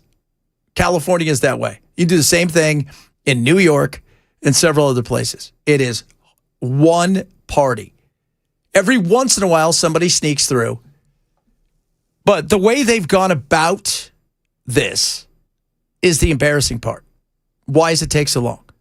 Well, it's because they're trying to do it right. I know they double, triple check the signature and they give you time to challenge it. But come on. What the hell are we doing here, people? How long does it take? This is a primary. They're going to be done counting November 9th. November 3rd is the actual election. That's how slow they are. Then you hear that there's some, they're only working 4 hours a day. What? Wait, what? You should have a cast of volunteers. It's the city. How many people are just sitting around? Just get in there and count. My God. This is the problem. This gives that fuel to the fire of everything is stolen. Everything is stolen. Well, no, I mean, this, I don't think they needed to cheat for this. But at the same time, come on. How long is it? It's a primary. It's a primary. And Nithya Raman, Nithya. Again, I'd vote for Top Ramen before her. I do like Top Ramen, though. I had Top Ramen for breakfast, lunch, or whatever it is I eat at 9. That's dinner with your hours. It is. It is weird. I was like, you know what could go good right about now? Some Top Ramen. It's like 9 in the morning. Weirdo. You're weird. I know. Well, I'm all alone now. I'm bacheloring it. They left this weekend. I'm all sad. It's just me and the cat. So are they already there? They'll be there tomorrow. They've kind of meandered, you know, Charlie and her are doing some stuff, just having fun. It's a road trip. They're making memories.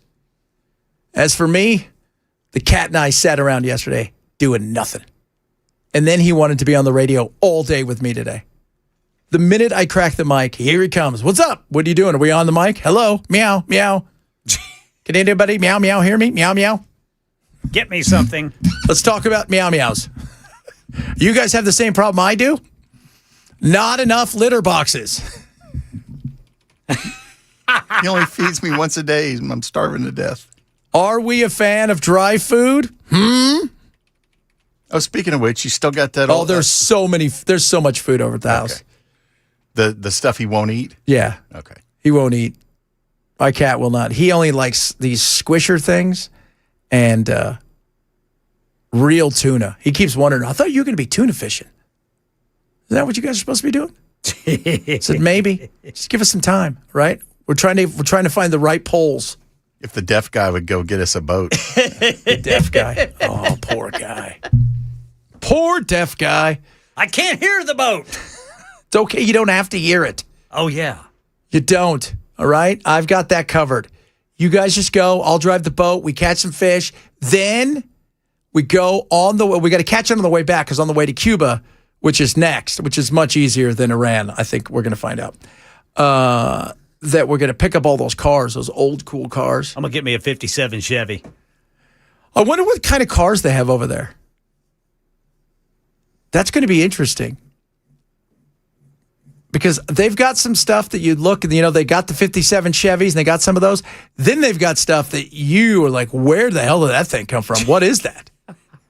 So, because they don't have any kind of fuel. I mean, they're ready to collapse at any moment. But we've got to finish what's going on, which we're going to talk about what's happening in Iran coming up in a little bit. In 40 years, there will be a bunch of 2013 Hyundai Elantras down there. It's so true. Isn't it weird? How weird that is. You know, see, I think about that. Then I go look at like a 1993 Corolla. Does not have the same kind of oomph as a even as an Edsel. Can you drive down the street in Edsel? People are like, that's kind of cool. Like, what is that? You're like, it's an Edsel. It's a crappy car from way back in the day, but it looks cool. Right. You drive a 93 Corolla, like, oh, you must be poor.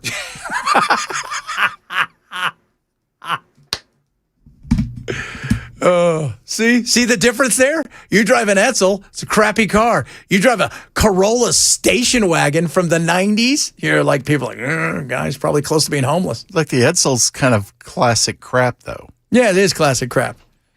Corollas, on the other hand, it was never that car never took off. I mean, No, what it did they never make did. it for like 2 years? Never took off. But now it's like you look back on it, it's like there were so few made. It's hard to find one that's in decent because it was it sold so poorly. Yeah. But then you go look at a Corolla. I follow these guys who go around and they buy cheap cars and they fix them up. Just they take big little swings at cars that nobody wants. But whenever they see a Corolla, they'll go, it could be 1994. Nobody's turned it on. It's covered in soot and dirt, and they go, watch. I bet it turns on, and then they always fire up, and you just laugh. You're just like, oh yeah, because it's a Corolla. But again, nobody thinks. If you could have an Edsel or a Corolla, I'm going to go with the Edsel, and it's got to be aqua green too. That's sharp right there. All right, coming up, we'll talk about Iran. What's going on with the latest there? Let me give you a hint. Nobody's listening. And nobody believes it anymore. We'll talk about that, among other things, straight ahead. Chad Benson, Super Talk, 99.7.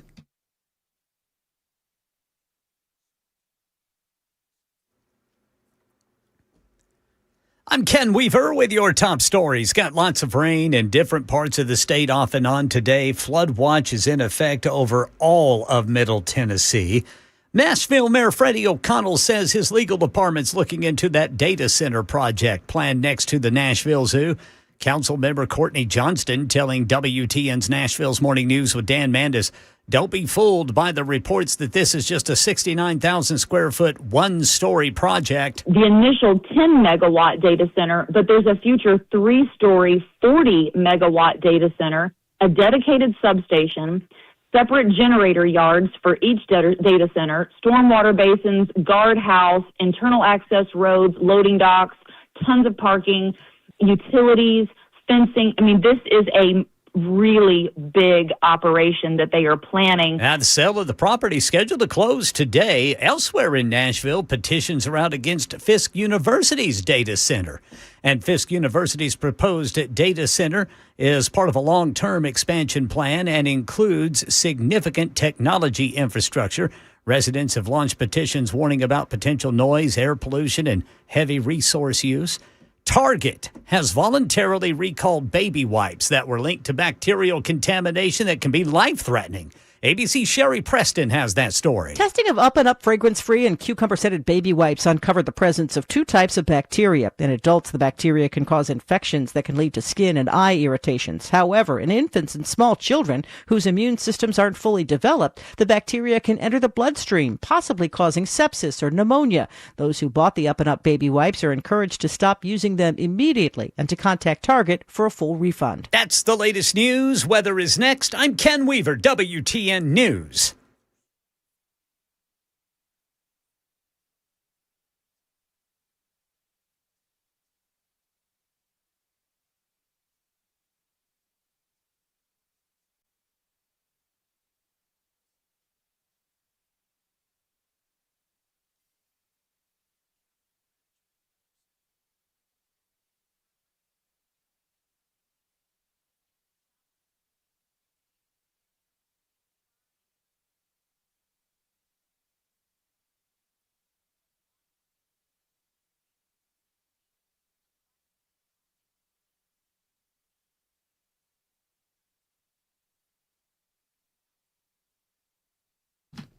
All right, guys, summer heat is here. You can hear Swamp Ass is coming. Guess what? Busy Bee Plumbing, Heating, Cooling can do something for you right now.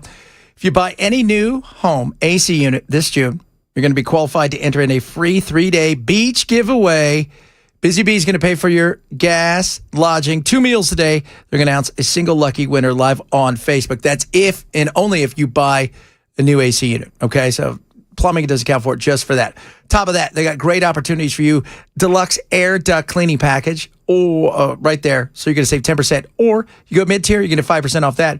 And plumbing help, $100 off any service over $500, or get 10% off select water filtration systems. Better yet, get a free Yeti cooler with a whole home drain or water repipe. Only clients, though, again, who purchase the AC have a chance to win the getaway. So what are you doing? Call Busy Bee today, 615-775-7833, 615-775-7833. Visit them online at busybhvac.com. Don't forget to ask how to become a Beehive member.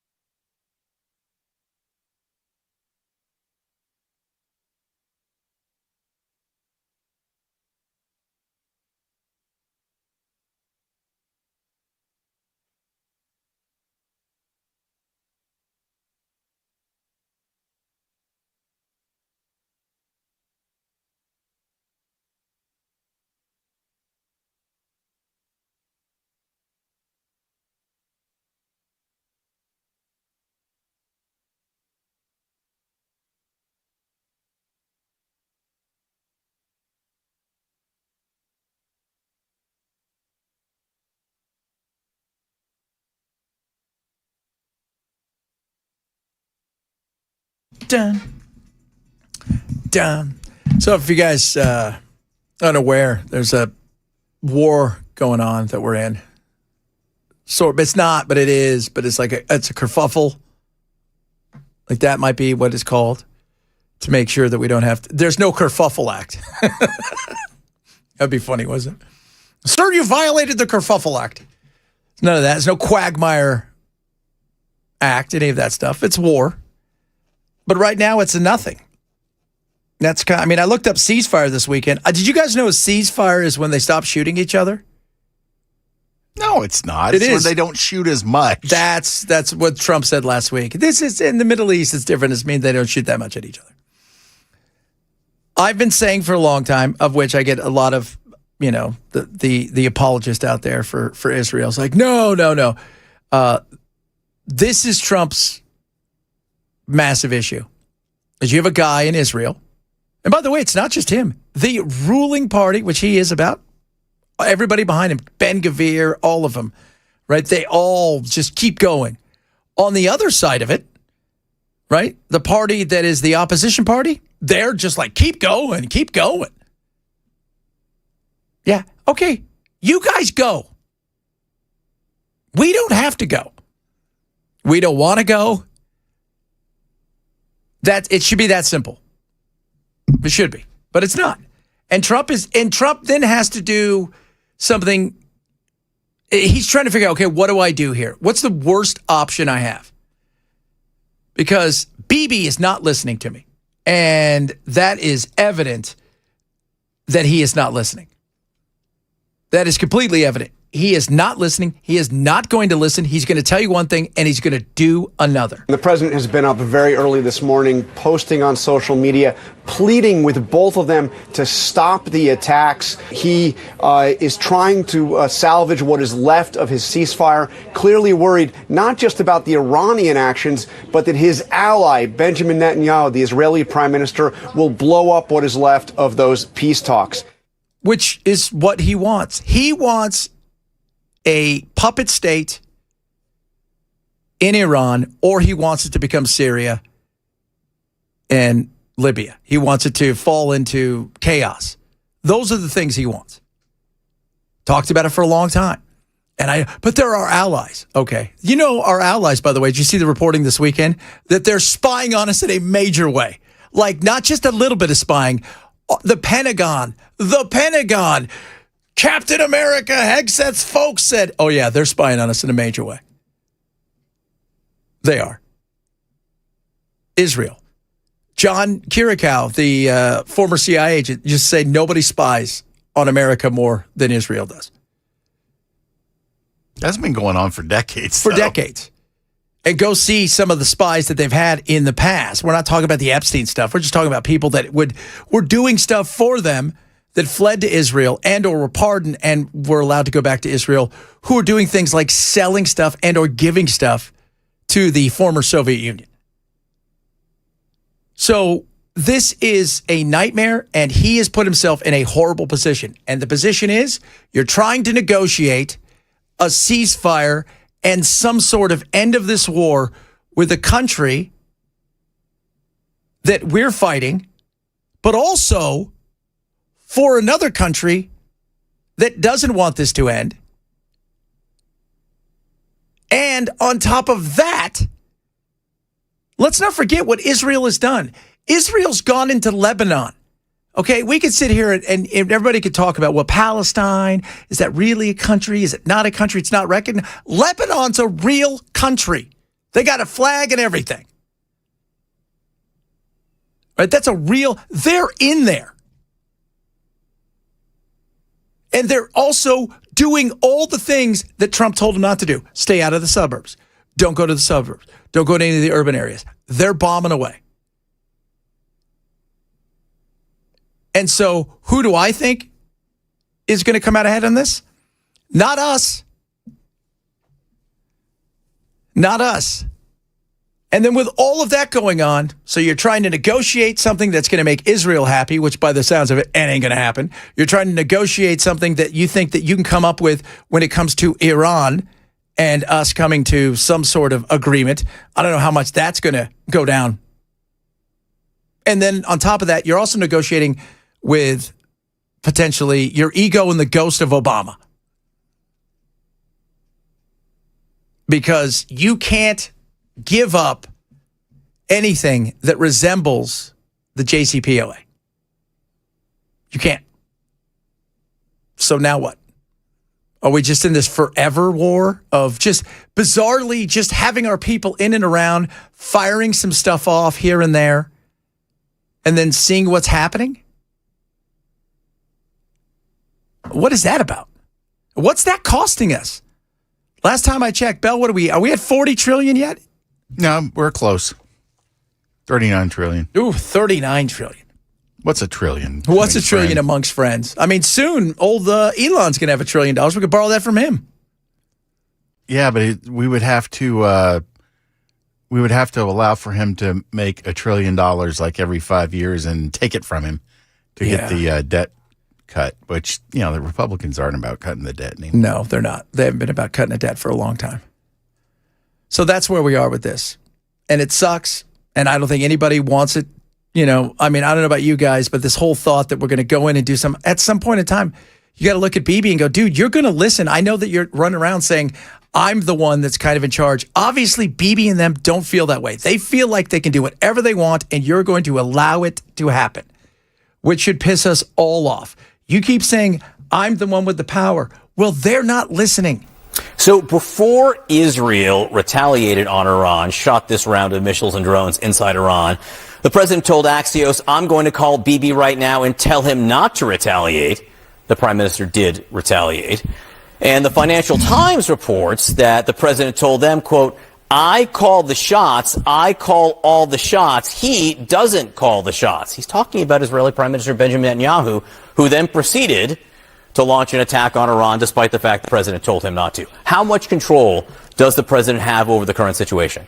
Very little. In fact, some people would argue that Bibi has more control over Trump than vice versa sometimes. And you look at the issue, the underlying issue is that Israel has different motivations and different objectives in this war than the United States does. They want regime change. They want to get rid of any threat to them, which is understandable, but that's sometimes in contrast to what we want, which is to neuter Iran's nuclear program and end this war, presumably. But this president and his administration have been terrible when it comes to diplomacy. And that's what happens when you send your son-in-law and a real estate executive to do your diplomacy. It ends up being a diplomatic nightmare. And now we're getting to a point where it's hurting our economy, hurting every single American, and raising costs on everyone around the world. What, your son-in-law? But he's got a new island with his wife. God. That he didn't pay for. It's a new, you don't understand. We manifested it. I read the details on that over the weekend. And I'm like, you've got to be kidding me. Yeah. Oh, God. It's just so insane. It is just so insane. And during those negotiations with Witkoff and them, Kushner, you know what they would do in between? They would call Israel. That's who they would talk to. No, this should be about us, right? And now, and we're going to get to, somebody said, what about the merger? So you heard old Bibi come out and say, you know what, we're too dependent on America. We don't want to be dependent on America. And then slowly but surely, in some of these things they're trying to pass, they're trying to merge our military somewhat together to make it harder for us to get away and to be, it's just insane. It is absolutely freaking insane. Why are we in this thing? And I know, here's what the boomers are going to say. 1979! They're going to cut our heads off. Nobody goes to sleep at night and thinks, hope those Iranians don't cut our heads off. Oh, you'd worry about it. No, I don't worry about Hezbollah. I don't worry about Iran coming and attacking us anytime soon. I didn't. I worry about what's going on in front of us right now. We got a data center that's getting ready to God knows what, to the new capybaras. Once they put that thing up and they turn the little switch and it's, the bats are going to be like, ah, I don't want that here. I want to find out more about that. I worry about the price of gas. I worry about inflation. I worry about things like that. Do I worry about what's going to happen with Iran? No, I didn't. I didn't. And instead, what have we done? We've put ourselves in a position to make them more powerful than they were, because that's what Israel wants, is for them to crack. Well, they didn't crack. They didn't. It was never going to be Venezuela, a snatch and grab. It wasn't. And now we've made them more powerful than they should have been. And they've realized something. Oh, wow, we can close this thing. Whoa, that's big time. And that's the frustrating thing. And now, no matter what Trump tries to do, it seems to be Bibi always has some sort of answer for it.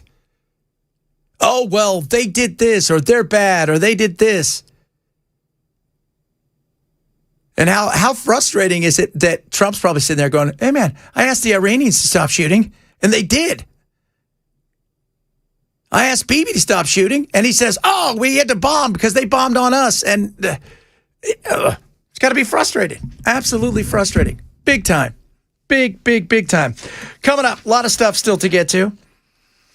We've got Ken back. He's got his tinnitus that he's dealing with. His tinnitus? What the hell's it called? Tinnitus. That's worse than Tennis-nitis. Tennis sausages. He's got sausages in his ears. Sometimes when you get sausages in your ears, things go sideways. What's it called? Tinnitus? Tinnitus or tinnitus. That sounds like something in the Bible. I was reading tinnitus too. I think the actual correct pronunciation is tinnitus, but that sounds stupid. That does. So I just say tinnitus. Yeah, that does. That sounds. Is that the Greek term? The Latin? No, the Latin term. Do you ever sit there and you hear them pronounce stuff? You're like, I could never be a doctor. Yeah. You got flow.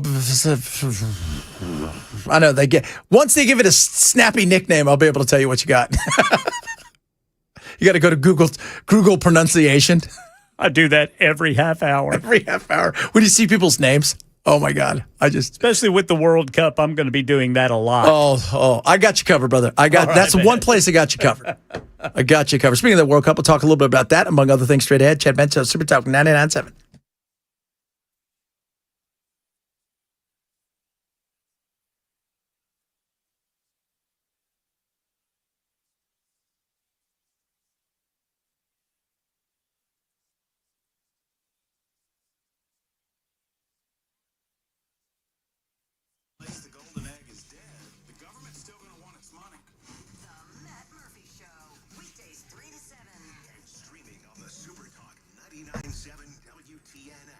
Omaha Steaks is amazing. Father's Day, not too far away. Get dad what he wants. Still have time to get it there. It is the biggest Father's Day sale going on right now at omahasteaks.com. We're talking about the best in fillets wrapped in bacon, brisket. They've got it.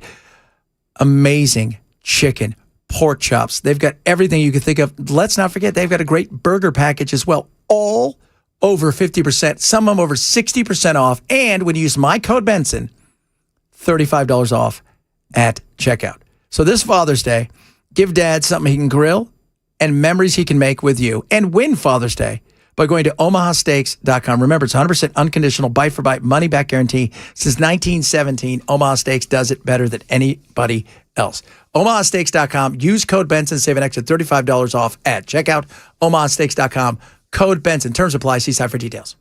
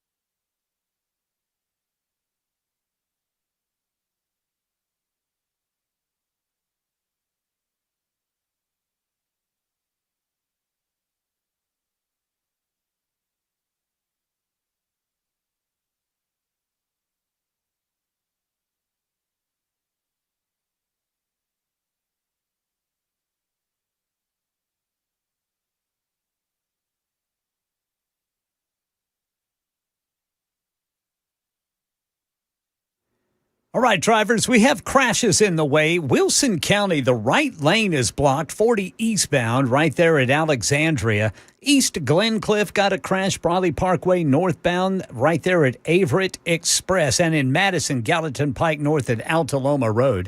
Got data center pushback in Nashville. President Trump and Shooty Hoops coming up at 2 on Super Talk 99.7 WTN. Apparently, that's trademarked, sir. Shooty Hoop. Apparently, he was putting down the NBA. People are like, well, why are you going? Like, if you're going to insult the NBA, why are you showing up? And of course, you know, and look, if I'm the Knicks, am I thrilled by this? Probably not, because the distraction, you know, we're excited that we have a chance to win a championship since the first time since the 70s? Despite Kathy Hochul going, tell us about the 1993 championship team. Well, they were invisible because they didn't win. They were all actually ninjas. Yeah. They were. That's right. Nobody could see them. That's how good they were. So I would be upset because I don't want this to take away from what we're doing. We haven't lost a game. We're on our way. We're up 2-0 against Wemby and the Spurs. So, you know, we got arguably the best player in basketball right now, Jalen Brunson. That should be about us. And this is becoming more about who's coming. It's becoming a news story. Yes, it's becoming a news story rather than what it should be, which should be, a news story in New York, but a sports story nationwide. Because people are now like, how much is he going to get booed? Who's going to boo them? What's going to go on? Did you see how big the perimeter is? It's 10 miles. Yeah, I mean, when you talk about distractions, you know, the big distraction here is the number of people that have tried to kill the president. Yes. And people are going to have that in the back of their minds. You know, hopefully hopefully both teams can set that aside and go out and play a great game.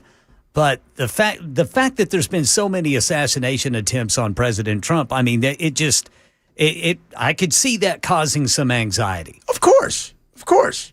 No doubt about that. I mean, I totally see that too. And you and I, we've talked about this. Just was it Austria when those guys tried to shoot up the Taylor Swift concert? Yes, Switzerland, Austria. The inside isn't the soft part. It's the outside. The outside. Because if you're having a watch party and there's 20,000 people there and you have a chance to just do something where it's the inside, you're going to have very little chance to do anything big. But the outside, you would. I could see why they would want to not have the watch party there tonight. But that being said, it's, everybody's like, he was invited. I get he was invited. Because he and Dolan are good friends. Not like they've ever done anything for one another and maybe, I don't know, done stuff where things have happened and we got great deals on real estate. That being said, if you go there and talk about how much basketball sucks, it's woke, it's stupid, it's awful, I can't wait to go. It's the dumbest thing. It's horrible. It's awful. I hate you. Give me a kiss. It's lame. It's stupid. I never want to go to these things. They're horrible. They're the worst. I can't wait to go. You give me a kiss. Mm-hmm. That's Brother Below. Right? That was true. That sounds like one of his interviews this weekend with Kristen Welker. You're the worst. You're stupid. You're dumb. You're a stupid, dumb little girl. I like that dress. Look good in it. Oh, Lordy, Lordy, Lordy. Coming up. Good God. Time is flying. We're going to check the weather. Ken's going to have the weather for us. We're going to check it. We're going to double check it, triple check it. What is it going to be? Should we be worried? Should we get our boats ready? Are we going to float? Is that a possibility? Swamp Ass, how far is Swamp Ass away? Sounds like it could be getting here sooner rather than later. Talk a bit about that. More on the data center. A bunch of other good stuff on the way. If you're missing the show, shame. Grab the podcast. Hour number 3, straight ahead. Chad Bencho, Super Tough, 99.7.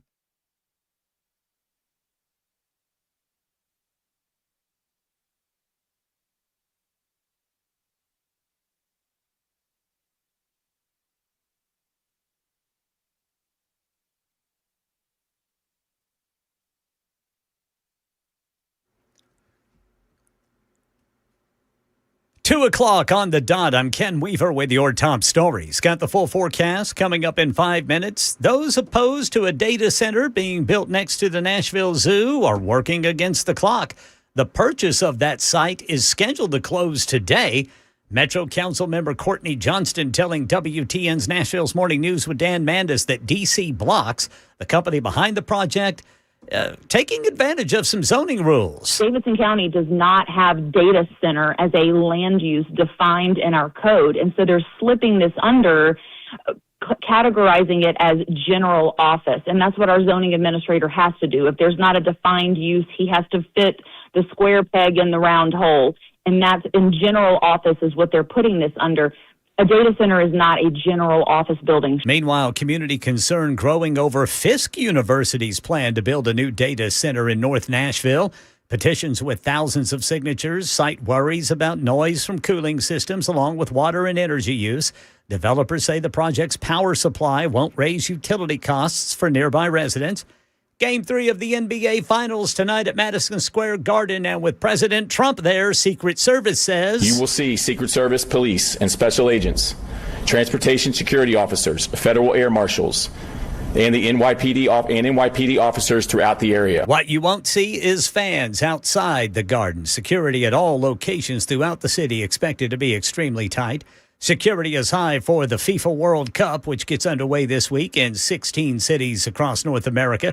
ABC's Alex Stones in L.A. tells us what officials are focusing on to keep everybody safe. They have to focus on the normal threats of a big sporting event. You know, people who get drunk, who fight, counterfeit tickets, merchandise, human trafficking, all of that. But the World Cup goes beyond that. Obviously, terrorism is a big concern. So many events, so many matches going on, so many eyes on them. But there's going to be a real focus on the threat of drones. Think of what's going on in Iran and in Ukraine that we've seen with drones. The FBI, they're going to have drone detection and mitigation teams that are going to be deployed. It's a $100,000 fine for any hobbyist who's flying a drone around a World Cup event. Soccer tournament expected to draw up to 7 million visitors to the U.S. Nashville won't be hosting any matches, but Music City still playing a major role. Japan's national team has chosen Nashville as its home base, and they're hosting a free practice at Geodis Park tonight. If you want to go, you can register at NashvilleSC.com.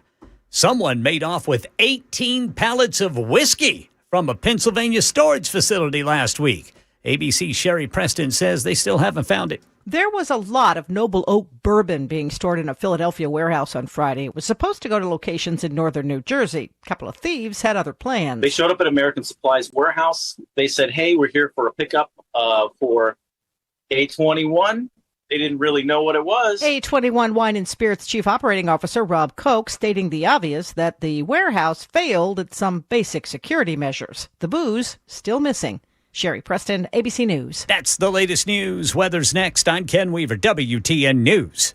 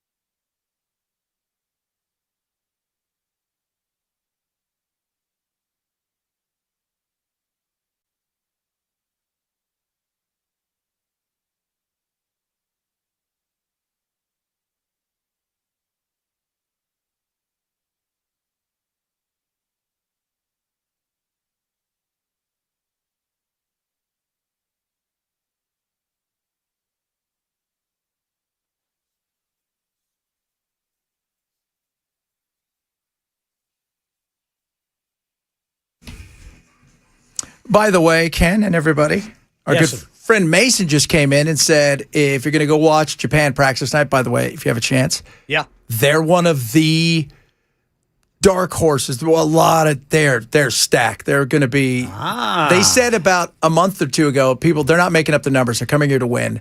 Although they lost one of their stars who got injured before, but he said all parking and everything like tonight. So tickets are free. Everything is free to go watch. Parking's free.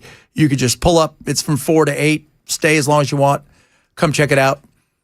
So Yeah. I might go do that actually. Yeah. See. Oh, yeah. I'm going to go watch some soccer practice. I got nothing else going on because the family left. They Is left you. is soccer as big in Japan as it is in Europe? It's behind baseball, but it's big. Okay. Baseball's number one. Yeah, because when you think of sports in Japan, you always think of baseball. Yeah, and Godzilla catching's number 2. Yeah. They're not No, good at that. That's number 3. They're not good at that at all. but the yeah, if you have a chance, they're all out there that can beat. They're good. They got a good chance of going far. So kicks off Thursday in Mexico as they take on South Africa. It's going to be great, South Africa. So Japan plays South Africa? No, Japan's first game will be against. Let's see here. So they play. Man, they should do all right. Their first game will be Sunday. That's a tough game. They take on the Netherlands. The Dutch. Soccer's big there. Yes, indeed. Arguably the best country to never win a World Cup. Then they take on the 20th. They take on Tunisia. They should win that one. Then they take on Sweden. That's going to be a good game. So, but they're good. They're a good team. And the World Cup itself kicks off on Thursday. South Africa takes on Mexico. And then later on that night, I think it's South Korea and Czechia. So, which used to be the Czech Republic, which used to be Czechoslovakia. And none of those nations exist anymore in their once proud glory. Now they're just little bits and pieces. Because South Korea used to just be Korea, but now there's a North Korea. And by the way, North Korea's women's team is great. If you've not seen the weird thing going on there where they come home and he loves it, your little rocket man. Yeah, but they have the motivation of if you don't win, I'm going to kill you. Yeah, you don't want to die. Yeah, there's that motivation. There's that. You don't want that. So, but I'm going to help you with the names, Ken, because there's some names you're probably going to go, what? Yeah, I'm pretty sure of it. Yeah, but Japanese team, good team. The player to probably watch on their team would be Dyson Maeda, who plays for Celtics, soon to be Real Madrid. He's a baller. Shot caller and a baller, baby. Shot caller and a baller. This whole thing with the data centers, how many data centers are here in Tennessee? And they've been around for a while, but nothing like this, right? These data centers aren't the kind of data centers that you're thinking of. Like, it's the cloud. It's not that. These are way different. This is going to be interesting. I love how they tried to get around the data center next to the zoo, saying it's some sort of office building. What? Yeah, that's kind of what it is, but I don't understand why this has to be specifically noted in the law. It's still a business. Yes. So why would it not be zoned as a business? Well, because in certain areas, I'm sure there's only certain things you're allowed to have in the office building that and that's what we need to find out. What's the fine print say? Yeah, and Courtney Johnston, the council member who has come out against it, says that she claims in reality DC Blocks wants to make this like a 3-story facility. Like right now they're claiming it's just single story, but she claims that they're being misleading in that. No. What? Somebody would mislead? I find that hard to believe. No, I think it's more than just that. Right, Brad Paisley? I can't think of a worse place, honestly, that you could stick something like a data center in our town, because we are so lucky to have something that's this world class here. Yeah, Rick Schwartz. We have a huge concern that it's going to affect our breeding facilities for so many endangered species. Yeah, we don't want that. No. I mean, it's over 300,000 people have signed this petition. And when did it start? That's a great question. Because that's a lot of signatures. That is a lot of signatures. I don't know, because when did we find out about this? When did we first hear about it? Was it a week or two ago? We'd heard rumblings that something was going to happen, maybe potentially, but then out of nowhere. Is it today, Ken, they could close on it as early as today? Yeah, they're saying as early as today they could close. Yeah, that's just...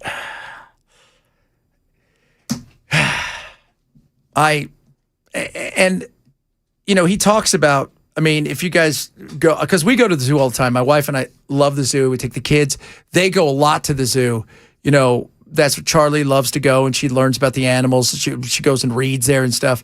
And the worry about, okay, what's going to happen exactly? Because there's no way that this noise isn't going to bug some of the animals. How bad is it? I mean, you have a zoo in the middle of a city, but it's pretty walled off as far as the sound with the trees. But this is something wholly different. And if you're talking about 3 stories now, well, that's a whole different world. That's why I said, why can't we move that out of town? Why does that have to be there? What's next to the airport? Do we have room for stuff over there? There's a lot of room over there. And nobody cares about the sound there because there's already sound. There's already some sound by the airport, that's for sure. So you start thinking about, you first and foremost, if you're going into a place like this, don't you kind of want to have some goodwill? I mean, it's and how many of these we see? We saw this in Utah, where you had almost everybody in that little town show up full of piss and vinegar once they found out what this thing was going to do to them potentially. Again, but also the cost of it, that they had no say on it. Now you're talking about putting this here, and they're trying to find potentially a loophole. Well, I mean, these are all fair questions to ask. And wouldn't you say, you know what, if you guys don't want us here, we don't want to be here.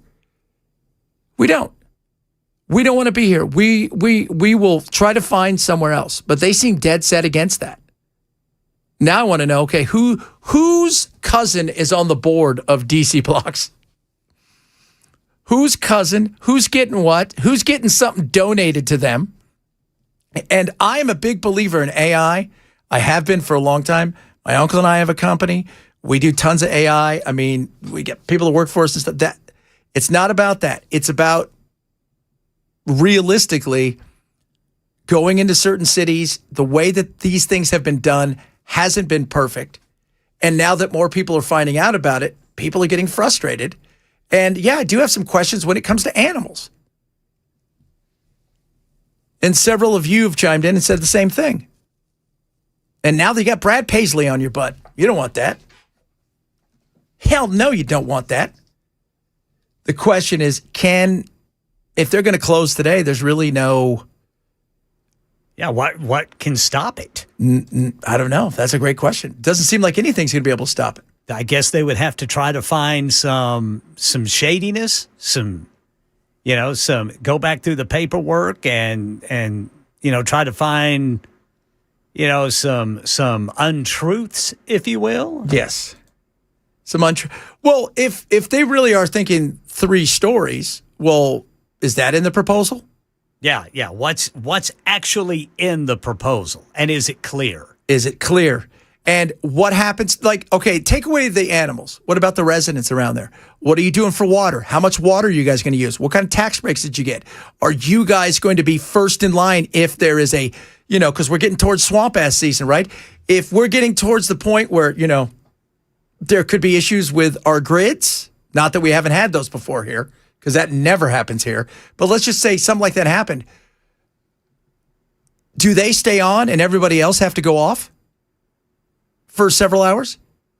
I mean, these are all serious questions. And while everybody's celebrating it, let's find out what the devil's in the details. What do the details say? What does it actually look like? What happens if what's your recourse if all of a sudden you notice that your bills are going up by 5, 10, 20%. Your water bills are going up. And you're like, I'm not using that much water. What's the recourse there? Fair questions to ask. And if it's only supposed to be one story and all of a sudden there is a loophole where they decide we're going to do 3 stories, what happens then? Because this isn't just, hey, we'll pick up our stuff and leave kind of movement. So, yeah, all fair questions. And again, I'm not against it. I'm not against AI. Quite frankly, it's amazing. It's incredible. But there's ways of doing things, and you want to be a part of community. You don't want the community to hate your guts. What's it going to do for the if you got a house down there, what's it going to do for your resale value? Nobody wants to move it. What? Bingo. What's it going to do if all of a sudden your house hears this all day?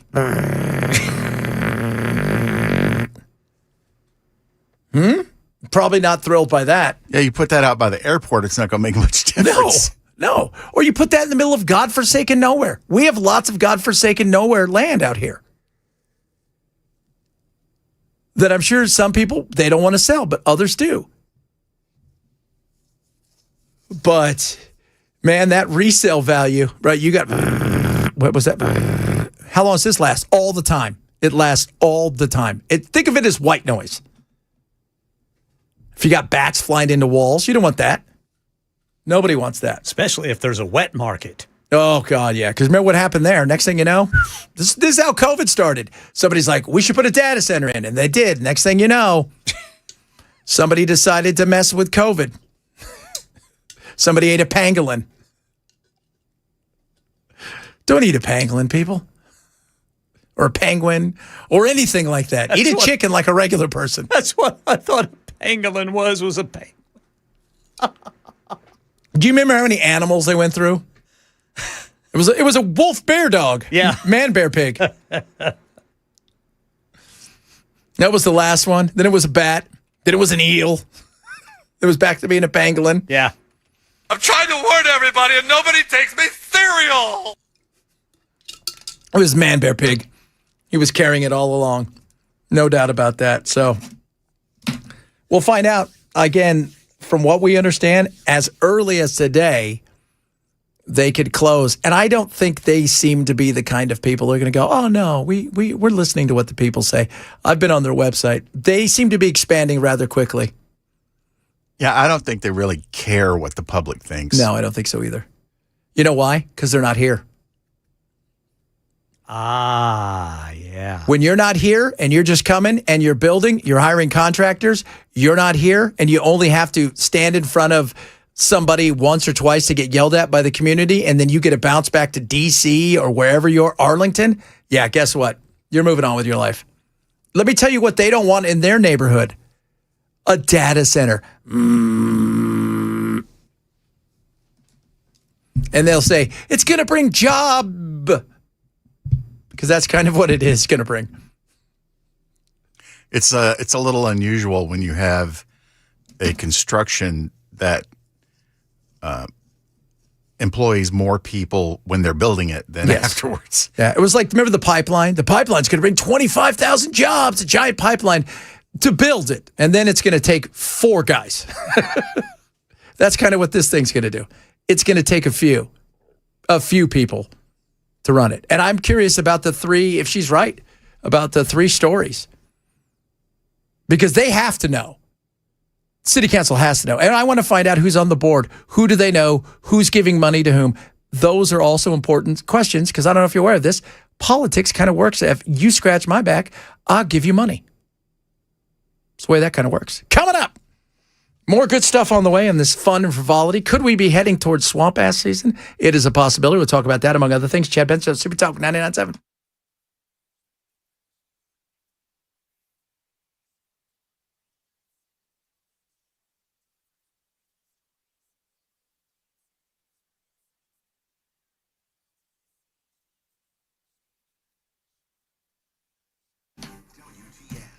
Relief factor. So, inflammation, big deal. It's nasty. You hate it. We all hate it. All right. Relief Factor helps fight inflammation. Inflammation is one of those things that as you get older, our diets aren't great. Next thing you know, we got a little bit more inflammation. Aches and pains in your joints and your muscles. Relief Factor fights that inflammation from top to bottom. It's naturally formulated. You can take it every single day. It's non-addictive, third-party tested for potency and purity. It works. Right now, 3-week quick start is just $17.76. I take it all the time, playing pickleball all the time, working out a lot. Guess what? Relief Factor helps me stay fresh, bouncy, feeling great. Aches and pains? No, thanks to Relief Factor. Go to relieffactor.com and get yours now. $17.76, a special going on for the 3-week quick start. Relieffactor.com or call 800-4RELIEF, 800-4RELIEF for Relief Factor.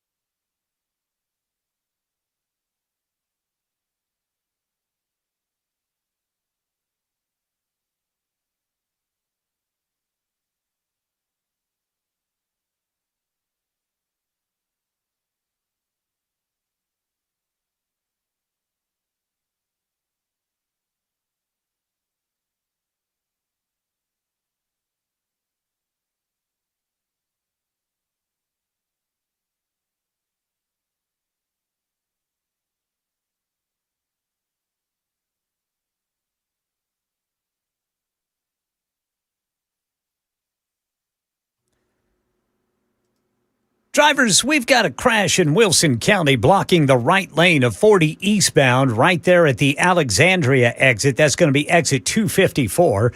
Tennessee is stepping up precautions to protect its beef industry from one of the most destructive livestock pests in history. That story and more coming up at 2:30 on Super Talk 99.7 WTN.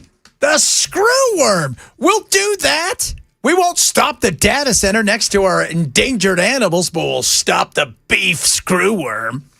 Man, you don't want to tangle with that screwworm. I don't. It's gross. By the way, it can affect humans. Yes. They can get on you. Are they here? Are the screwworms here, Tennessee? Tennessee says not yet. Not so far, and by God, they're going to keep it that way. Damn Skippy. Build a wall. You talk about devastating the beef industry. Yeah. If you think prices are high right now. Could you, you know who did this? Iran. They sent over the screwworms. Hezbollah. The thing about the beef industry, too, is there's been a massive drought. And that hasn't, Yeah, that's already been a factor. And so it's been death by 1,000 cuts. And now you've got the screwworm. And I know was it last week or the week before, there was a couple incidents in Texas where they said, okay, these cattle are infected with screwworm. So that's nasty. God. And that problem's on just added to the inflation issues. Yes. We don't need that. I like beef.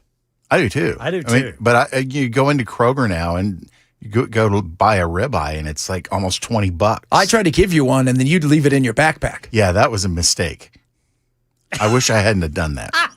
So you remembered to get it out of the freezer, Yes. but Yes. you left it in the He set an alarm to make sure that he got it.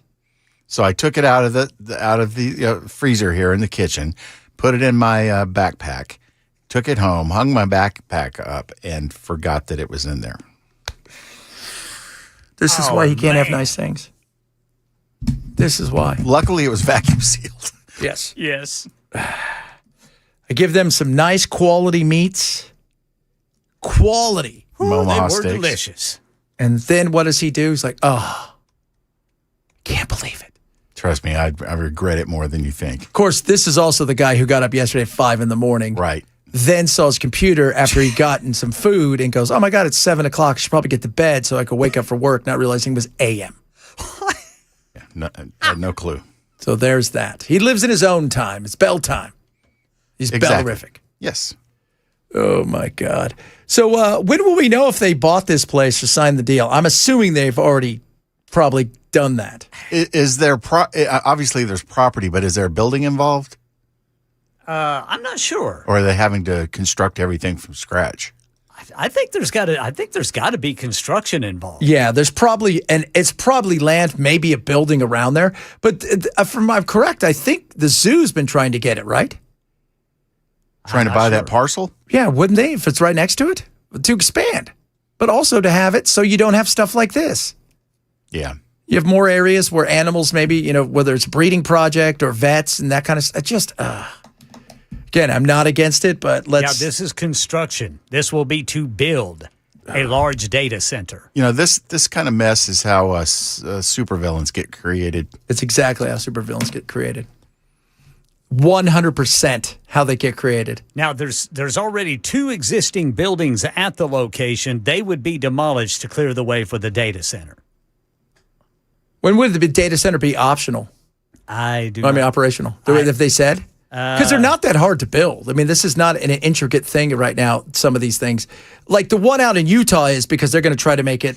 But as far as, they're nothing fancy. It's just like that old school when you used to see, remember back in the day when they'd walk in and go, this is a computer. And they walk in, it would be this big thing with those the tapes and everything. Yeah, it'd be as big as a refrigerator. Yeah, it's kind of like that. I mean, that's, it's a little bit more intricate, but it's not something where it takes years to build. So, I have a feeling I wouldn't be surprised if it's already done. Wouldn't it be like the close of business today? Like 5 o'clock? I would assume they would announce it, right? But yeah, they have till today, or they can do it today, but then any time after that. I wonder if they're listening or paying any attention at all. I'm going to watch their socials. Yeah, that's a good idea. DC Blocks. DC Blocks. See what they're saying. See what they're doing. What's going to happen?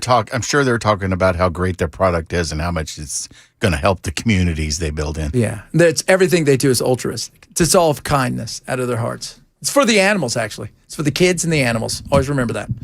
Coming up, we'll talk a little bit more about this. A bunch of other stuff coming. Talk a little bit about Iran. Got some text messages about that. Some of you guys chiming in a bit about what's going on with, obviously, this here. And the World Cup. People keep asking, how good is the U.S.? When do we play? We'll talk a bit about that as well. A bunch of other good stuff on the way. If you're missing the show, shame on you. Plus, we got to talk about the weather because it could get nasty out there. Luckily, we got the weather wizard back. Chad Benson Show, Super Talk 99.7.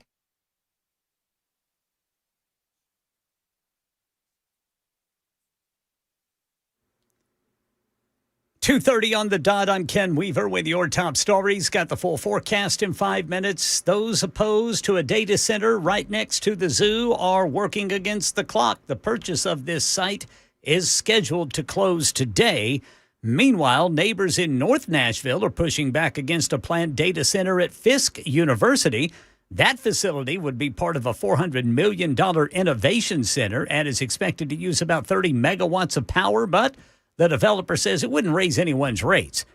No watch party outside Madison Square Garden for Game 3 tonight of the NBA Finals because President Trump's going to be there. No watch party outside Madison Square Garden for Game 3 tonight because President Trump is attending. However, NYPD Commissioner Jessica Tisch says, for Game 4, we do expect watch parties outside of Madison Square Garden to resume. The entire perimeter around the garden, which sits atop the very busy Penn Station, will be closed off tonight. And ticket holders have been told to arrive at least 2 hours early to get through security. Sherry Preston, ABC News. Back here in Nashville, downtown businesses targeted in a string of arson fires over the weekend. Metro police say surveillance video and witness accounts led them to arrest Mitchell Stroud. They say he was arrested near Broadway, allegedly admitted to setting fires at more than one location. Authorities say he's now facing 9 felony arson charges. U.S. Department of Agriculture has a team on the ground in South Texas working to contain the New World screwworm cases discovered on 2 neighboring ranches in the past week. ABC's Jim Ryan says this flesh-eating parasite poses a serious threat to the state's massive beef industry. Cattle raisers are well aware of the threat, but the New World screwworm is not just an agricultural concern. Cats, dogs, backyard chickens, any warm-blooded animal the screwworm can get at. And South Texas rancher Mark Hubbard says some of the people that own those types of domesticated animals are not aware. And if their pets become infected, Hubbard fears that livestock like his could be at risk. Jim Ryan, ABC News in Dallas-Fort Worth. No cases of New World screwworm have been found in Tennessee, but state leaders are acting fast to keep it that way. That's the latest news. Weather's next. I'm Ken Weaver, WTN News.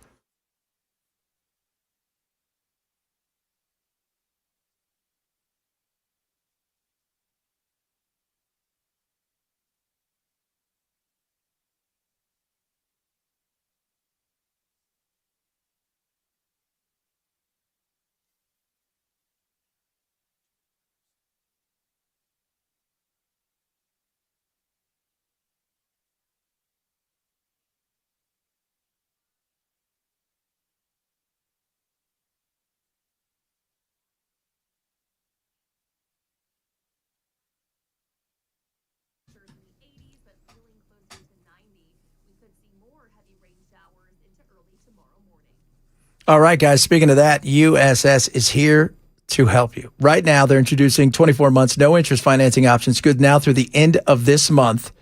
And this has to do with your foundation, right? Do you have water somewhere, those crawl spaces, your basements?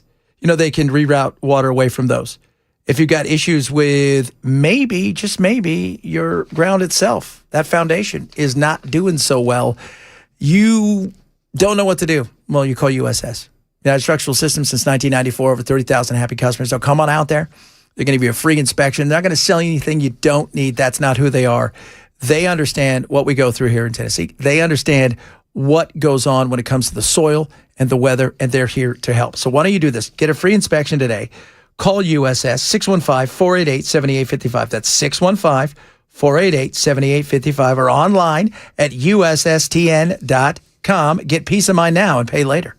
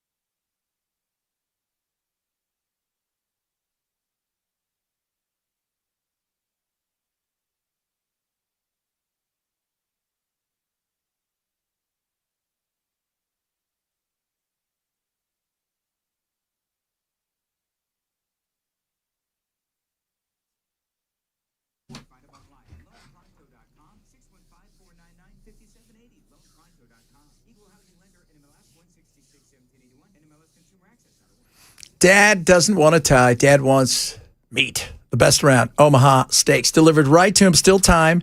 Father's Day sale going on at omahasteaks.com. Use my code Benson. You're going to save huge on top of that $35 off at checkout. And it's already massive savings. 50, 60+% off everything. They've got grill packs just for Dad. They got burger perfection packs just for Dad. They got all of these amazing things just for Dad. And it is incredible what they have. The best in fillets, the best in steaks, the best around, delivered to Pops. This is what I want you to do. Go to omahasteaks.com. Use my code Benson. Okay, you're going to win Father's Day. You're going to make memories. You're going to get to indulge with Pops as he makes it. Do it for the dads out there who've done so much for all of us. Go to omahasteaks.com. Use my code Benson. Save $35 off at checkout. omahasteaks.com.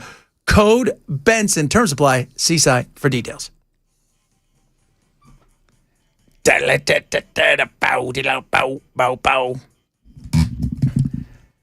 Somebody said, Chad, do you know that the U.S. plays Friday? I do know that.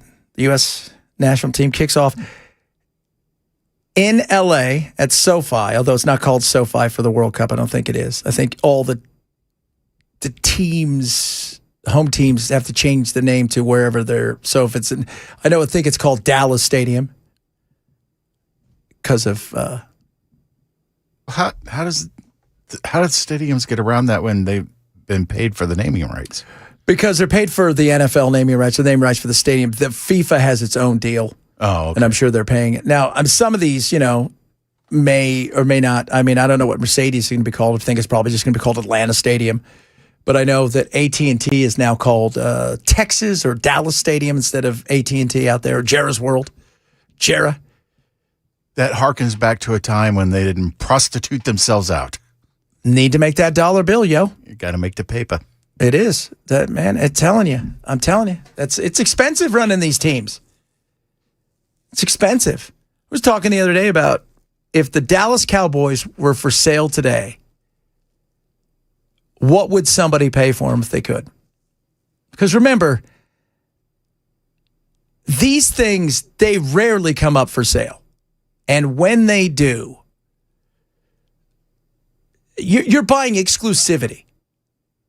That's got to be a nightmare process to go through, though. Having, you have to have permission from the rest of the league to buy it. Yeah. All that. I mean, it's just. Well, I remember it was Mark Cuban. He wanted to buy the Cubs. And Major League Baseball said, this guy, he could be fun. He might want to have fun. So we're not going to let him buy the Cubs. But he wanted to buy the Cubs. And so they kind of blackballed him and said, no, you're not going to buy the Cubs. Most fined owner in the history of basketball. Yeah. So, I do wonder, but if they were to come up, I bet you 15 billion would be the number. Maybe 20, because you're buying the most, arguably, one of the top 5 most recognized teams on the planet. I mean, I can't. When I was living in England, you would see Dallas Cowboy hats, New York Yankee hats, and Dodger hats. That was it. You didn't see anything else. That was the Yankees and Manchester United had done a deal with together. So that was why, because of Beckham, and they'd done some stuff. But LA Dodgers, Yankee, and the Cowboys. Cowboys were it. And let's be real. Has anybody ever sold a product that has sucked for as long as the Cowboys have sucked and not won anything? That's a really good point. It's been since 1995. Those guys. So that's literally over 30 years. Yeah. I mean, think about that. Think about 1995. 31 years. They have not won anything in 31 years, and yet the value's gone through the roof. He has sold that team in such a way to America. First of all, it was America's team. They coined that back in the 70s. Then he got a hold of it. Then they won 3 championships, and it was the team, right? It was the 3-headed monster. Yet he sold the hell out of that. And since then, they've been mostly drama and crap. lot of drama. Lot of drama. It's part of the fun, though. That's a fine football team. Fine football team. Jarrah. But owning a team. 1831's asking if he owns 100%. Yeah, I think he and his kids. I don't know if he owns 100%. I'm pretty sure he does. Let's find out if there was only something, Bell. Only our sports guy can only figure this out. That's you, Bell. He's at least got to own the majority. Oh, he's stake. there. Yeah. So I would assume he probably owns at least, and his kids too. Let's not forget his kids, because his kids kind of run everything now. He's still the head and the president, but I would assume the ownership is 99% his family. He does not own 100%, but he and his family own the controlling majority. That's all that matters right there. They own, okay, I was right. It's 51% majority share. Yeah. 49% owned by various minority partners. Yeah. And who are those? Is it him? It doesn't list him. Yeah. So he bought that. Think about this. He bought that team for $150 million. And if you remember right, he had made his money wildcatting. So he was an oil guy. And he spent a vast majority of his money on the team. That would not be allowed today. You have to have huge amount of money to own these teams. You could not just every penny I've got, I'm giving it to you, right? And you're taking out change that doesn't, no. Now, good God, he could easily get that. 10, 15 billion, I would assume. But they have sold this thing tremendously. They've won 5 Super Bowls. 95 was the last one. And but they're still the Cowboys. That's what matters. They're the Cowboys. Bush family sold the Rangers in '88 for $250 million. No. That's still kind of, you'd look at that as lowballing. Yeah. This time around. Oh, yeah. See, the Jerry, his wife, and the 3 adult children are the other minority partners kind of thing. I'm sure there's a few other ones. It's like, who is it that owns? They always they'll give Serena Williams owns 1% and LeBron owns 1%. You know what I mean? They all give a little something, just a little bit smidge. Hashtag hate soccer. You got me. Wow. TDS. Hate soccer. Well, soccer's here, so deal with it. I'm pumped. We play Paraguay. I think. I watched this play. We played Saturday against Germany. And the first half, tied 1-1. We lost 2-1. But by then, everybody pulls all of their players off. Because you're at that point, it's the last game. It's kind of like preseason in football. It's the last game before the big ones start. You're not playing your guys. You're pulling everybody off. We got through this. No injuries. Let's go. Let's not get hurt. Speaking of no injuries, tonight, Trump live at Madison Square Garden. It's Trump time. So do the Knicks win tonight, yes or no? Come on, sports guy. What do you think, Brother Bilal? I want to say, I've been kind of following this via another radio show, and I want them to, but I don't know. The Spurs didn't get there by sucking. No. So you can't discount them as a strong possibility of winning tonight. The Spurs they're a couple years ahead of schedule. They got Wemby, who is just a freak of nature. But I think the Knicks win. I think they're too good. I just think they're too good. I think they're just too all around good. So Trump won't have to bear the brunt if they lose. Because if they lose tonight, jinx it. It's totally the jinx. If they go and blow 4 in a row, Trump will never be welcome back. Dolan will break up with him as a friend. Because this is it. This is this last chance probably to get a championship if he thinks, oh my goodness. And this is best of 7, right? Best of 7. They're up 2-0. And they won both games in San Antonio. On the road, and they actually erased a 14-point deficit in one of those games. Yeah. Well, didn't they get rid of a 22-point deficit on one of the playoffs? Yeah, I think it was against Cleveland or whatever. They're a good team. They just don't give up. Jalen Brunson's going to win the MVP. They're just solid across the board. But tonight's all about who's going to boo Trump. Probably a lot of people. Well, it's the cool thing to do now. Well, yeah, but it's also, you know what? I got to be honest. It's annoying, dude. You've made our lives that much worse. We got to get there way earlier because of you. You don't have to get here earlier. You get to show up. You'll get helicoptered in. Yeah, you get a show. Everybody, the streets are cleared for you. You drive straight there. You go in. You wave to everybody. You do your thing. You don't get that. Enjoy your rolling roadblocks. Yeah. So, but he would be, if they lost 4 in a row and it starts tonight, and I don't think they will. I just think they're too good. But still, it's going to be because it's how superstitious everybody is. And people are, he's selfish.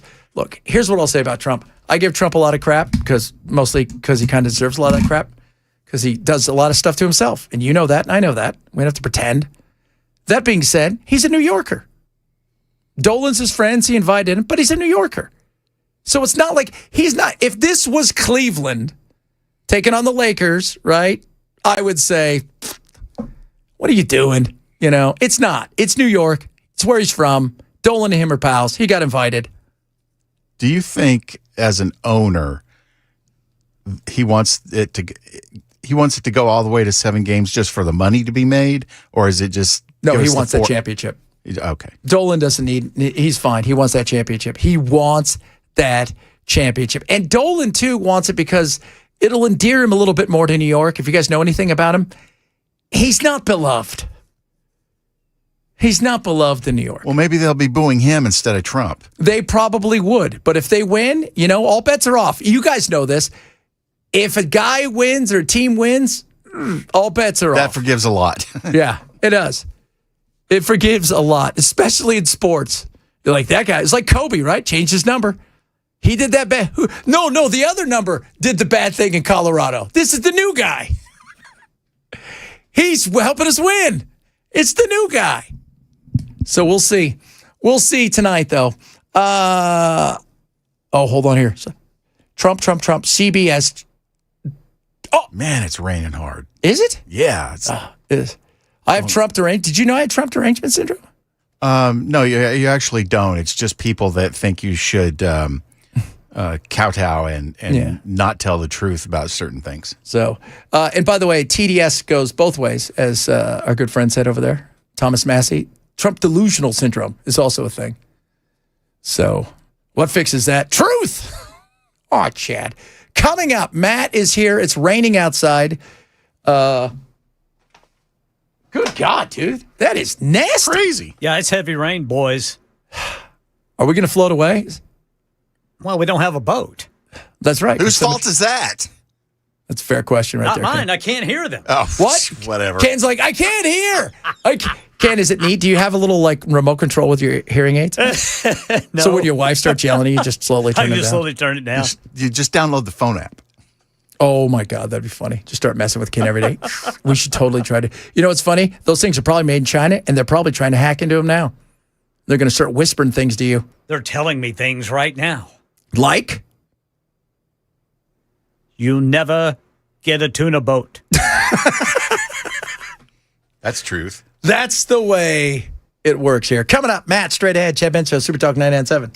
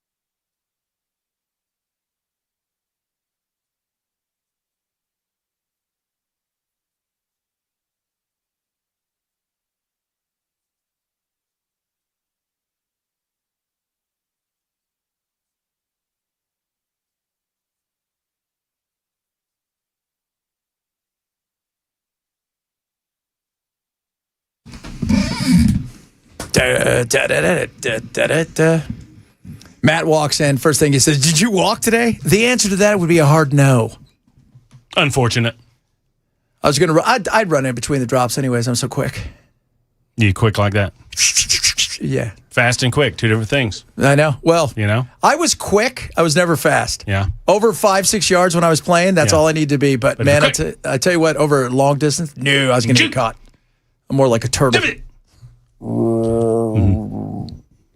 So who am I rooting for in the World Cup besides America? I always say that I love my country more than I hate soccer. So, you know what I'm saying? Yeah. So when I'm we're good. I think we're going to do okay. I think we got a chance to get to the quarters, and then who knows what happens from there. Yeah.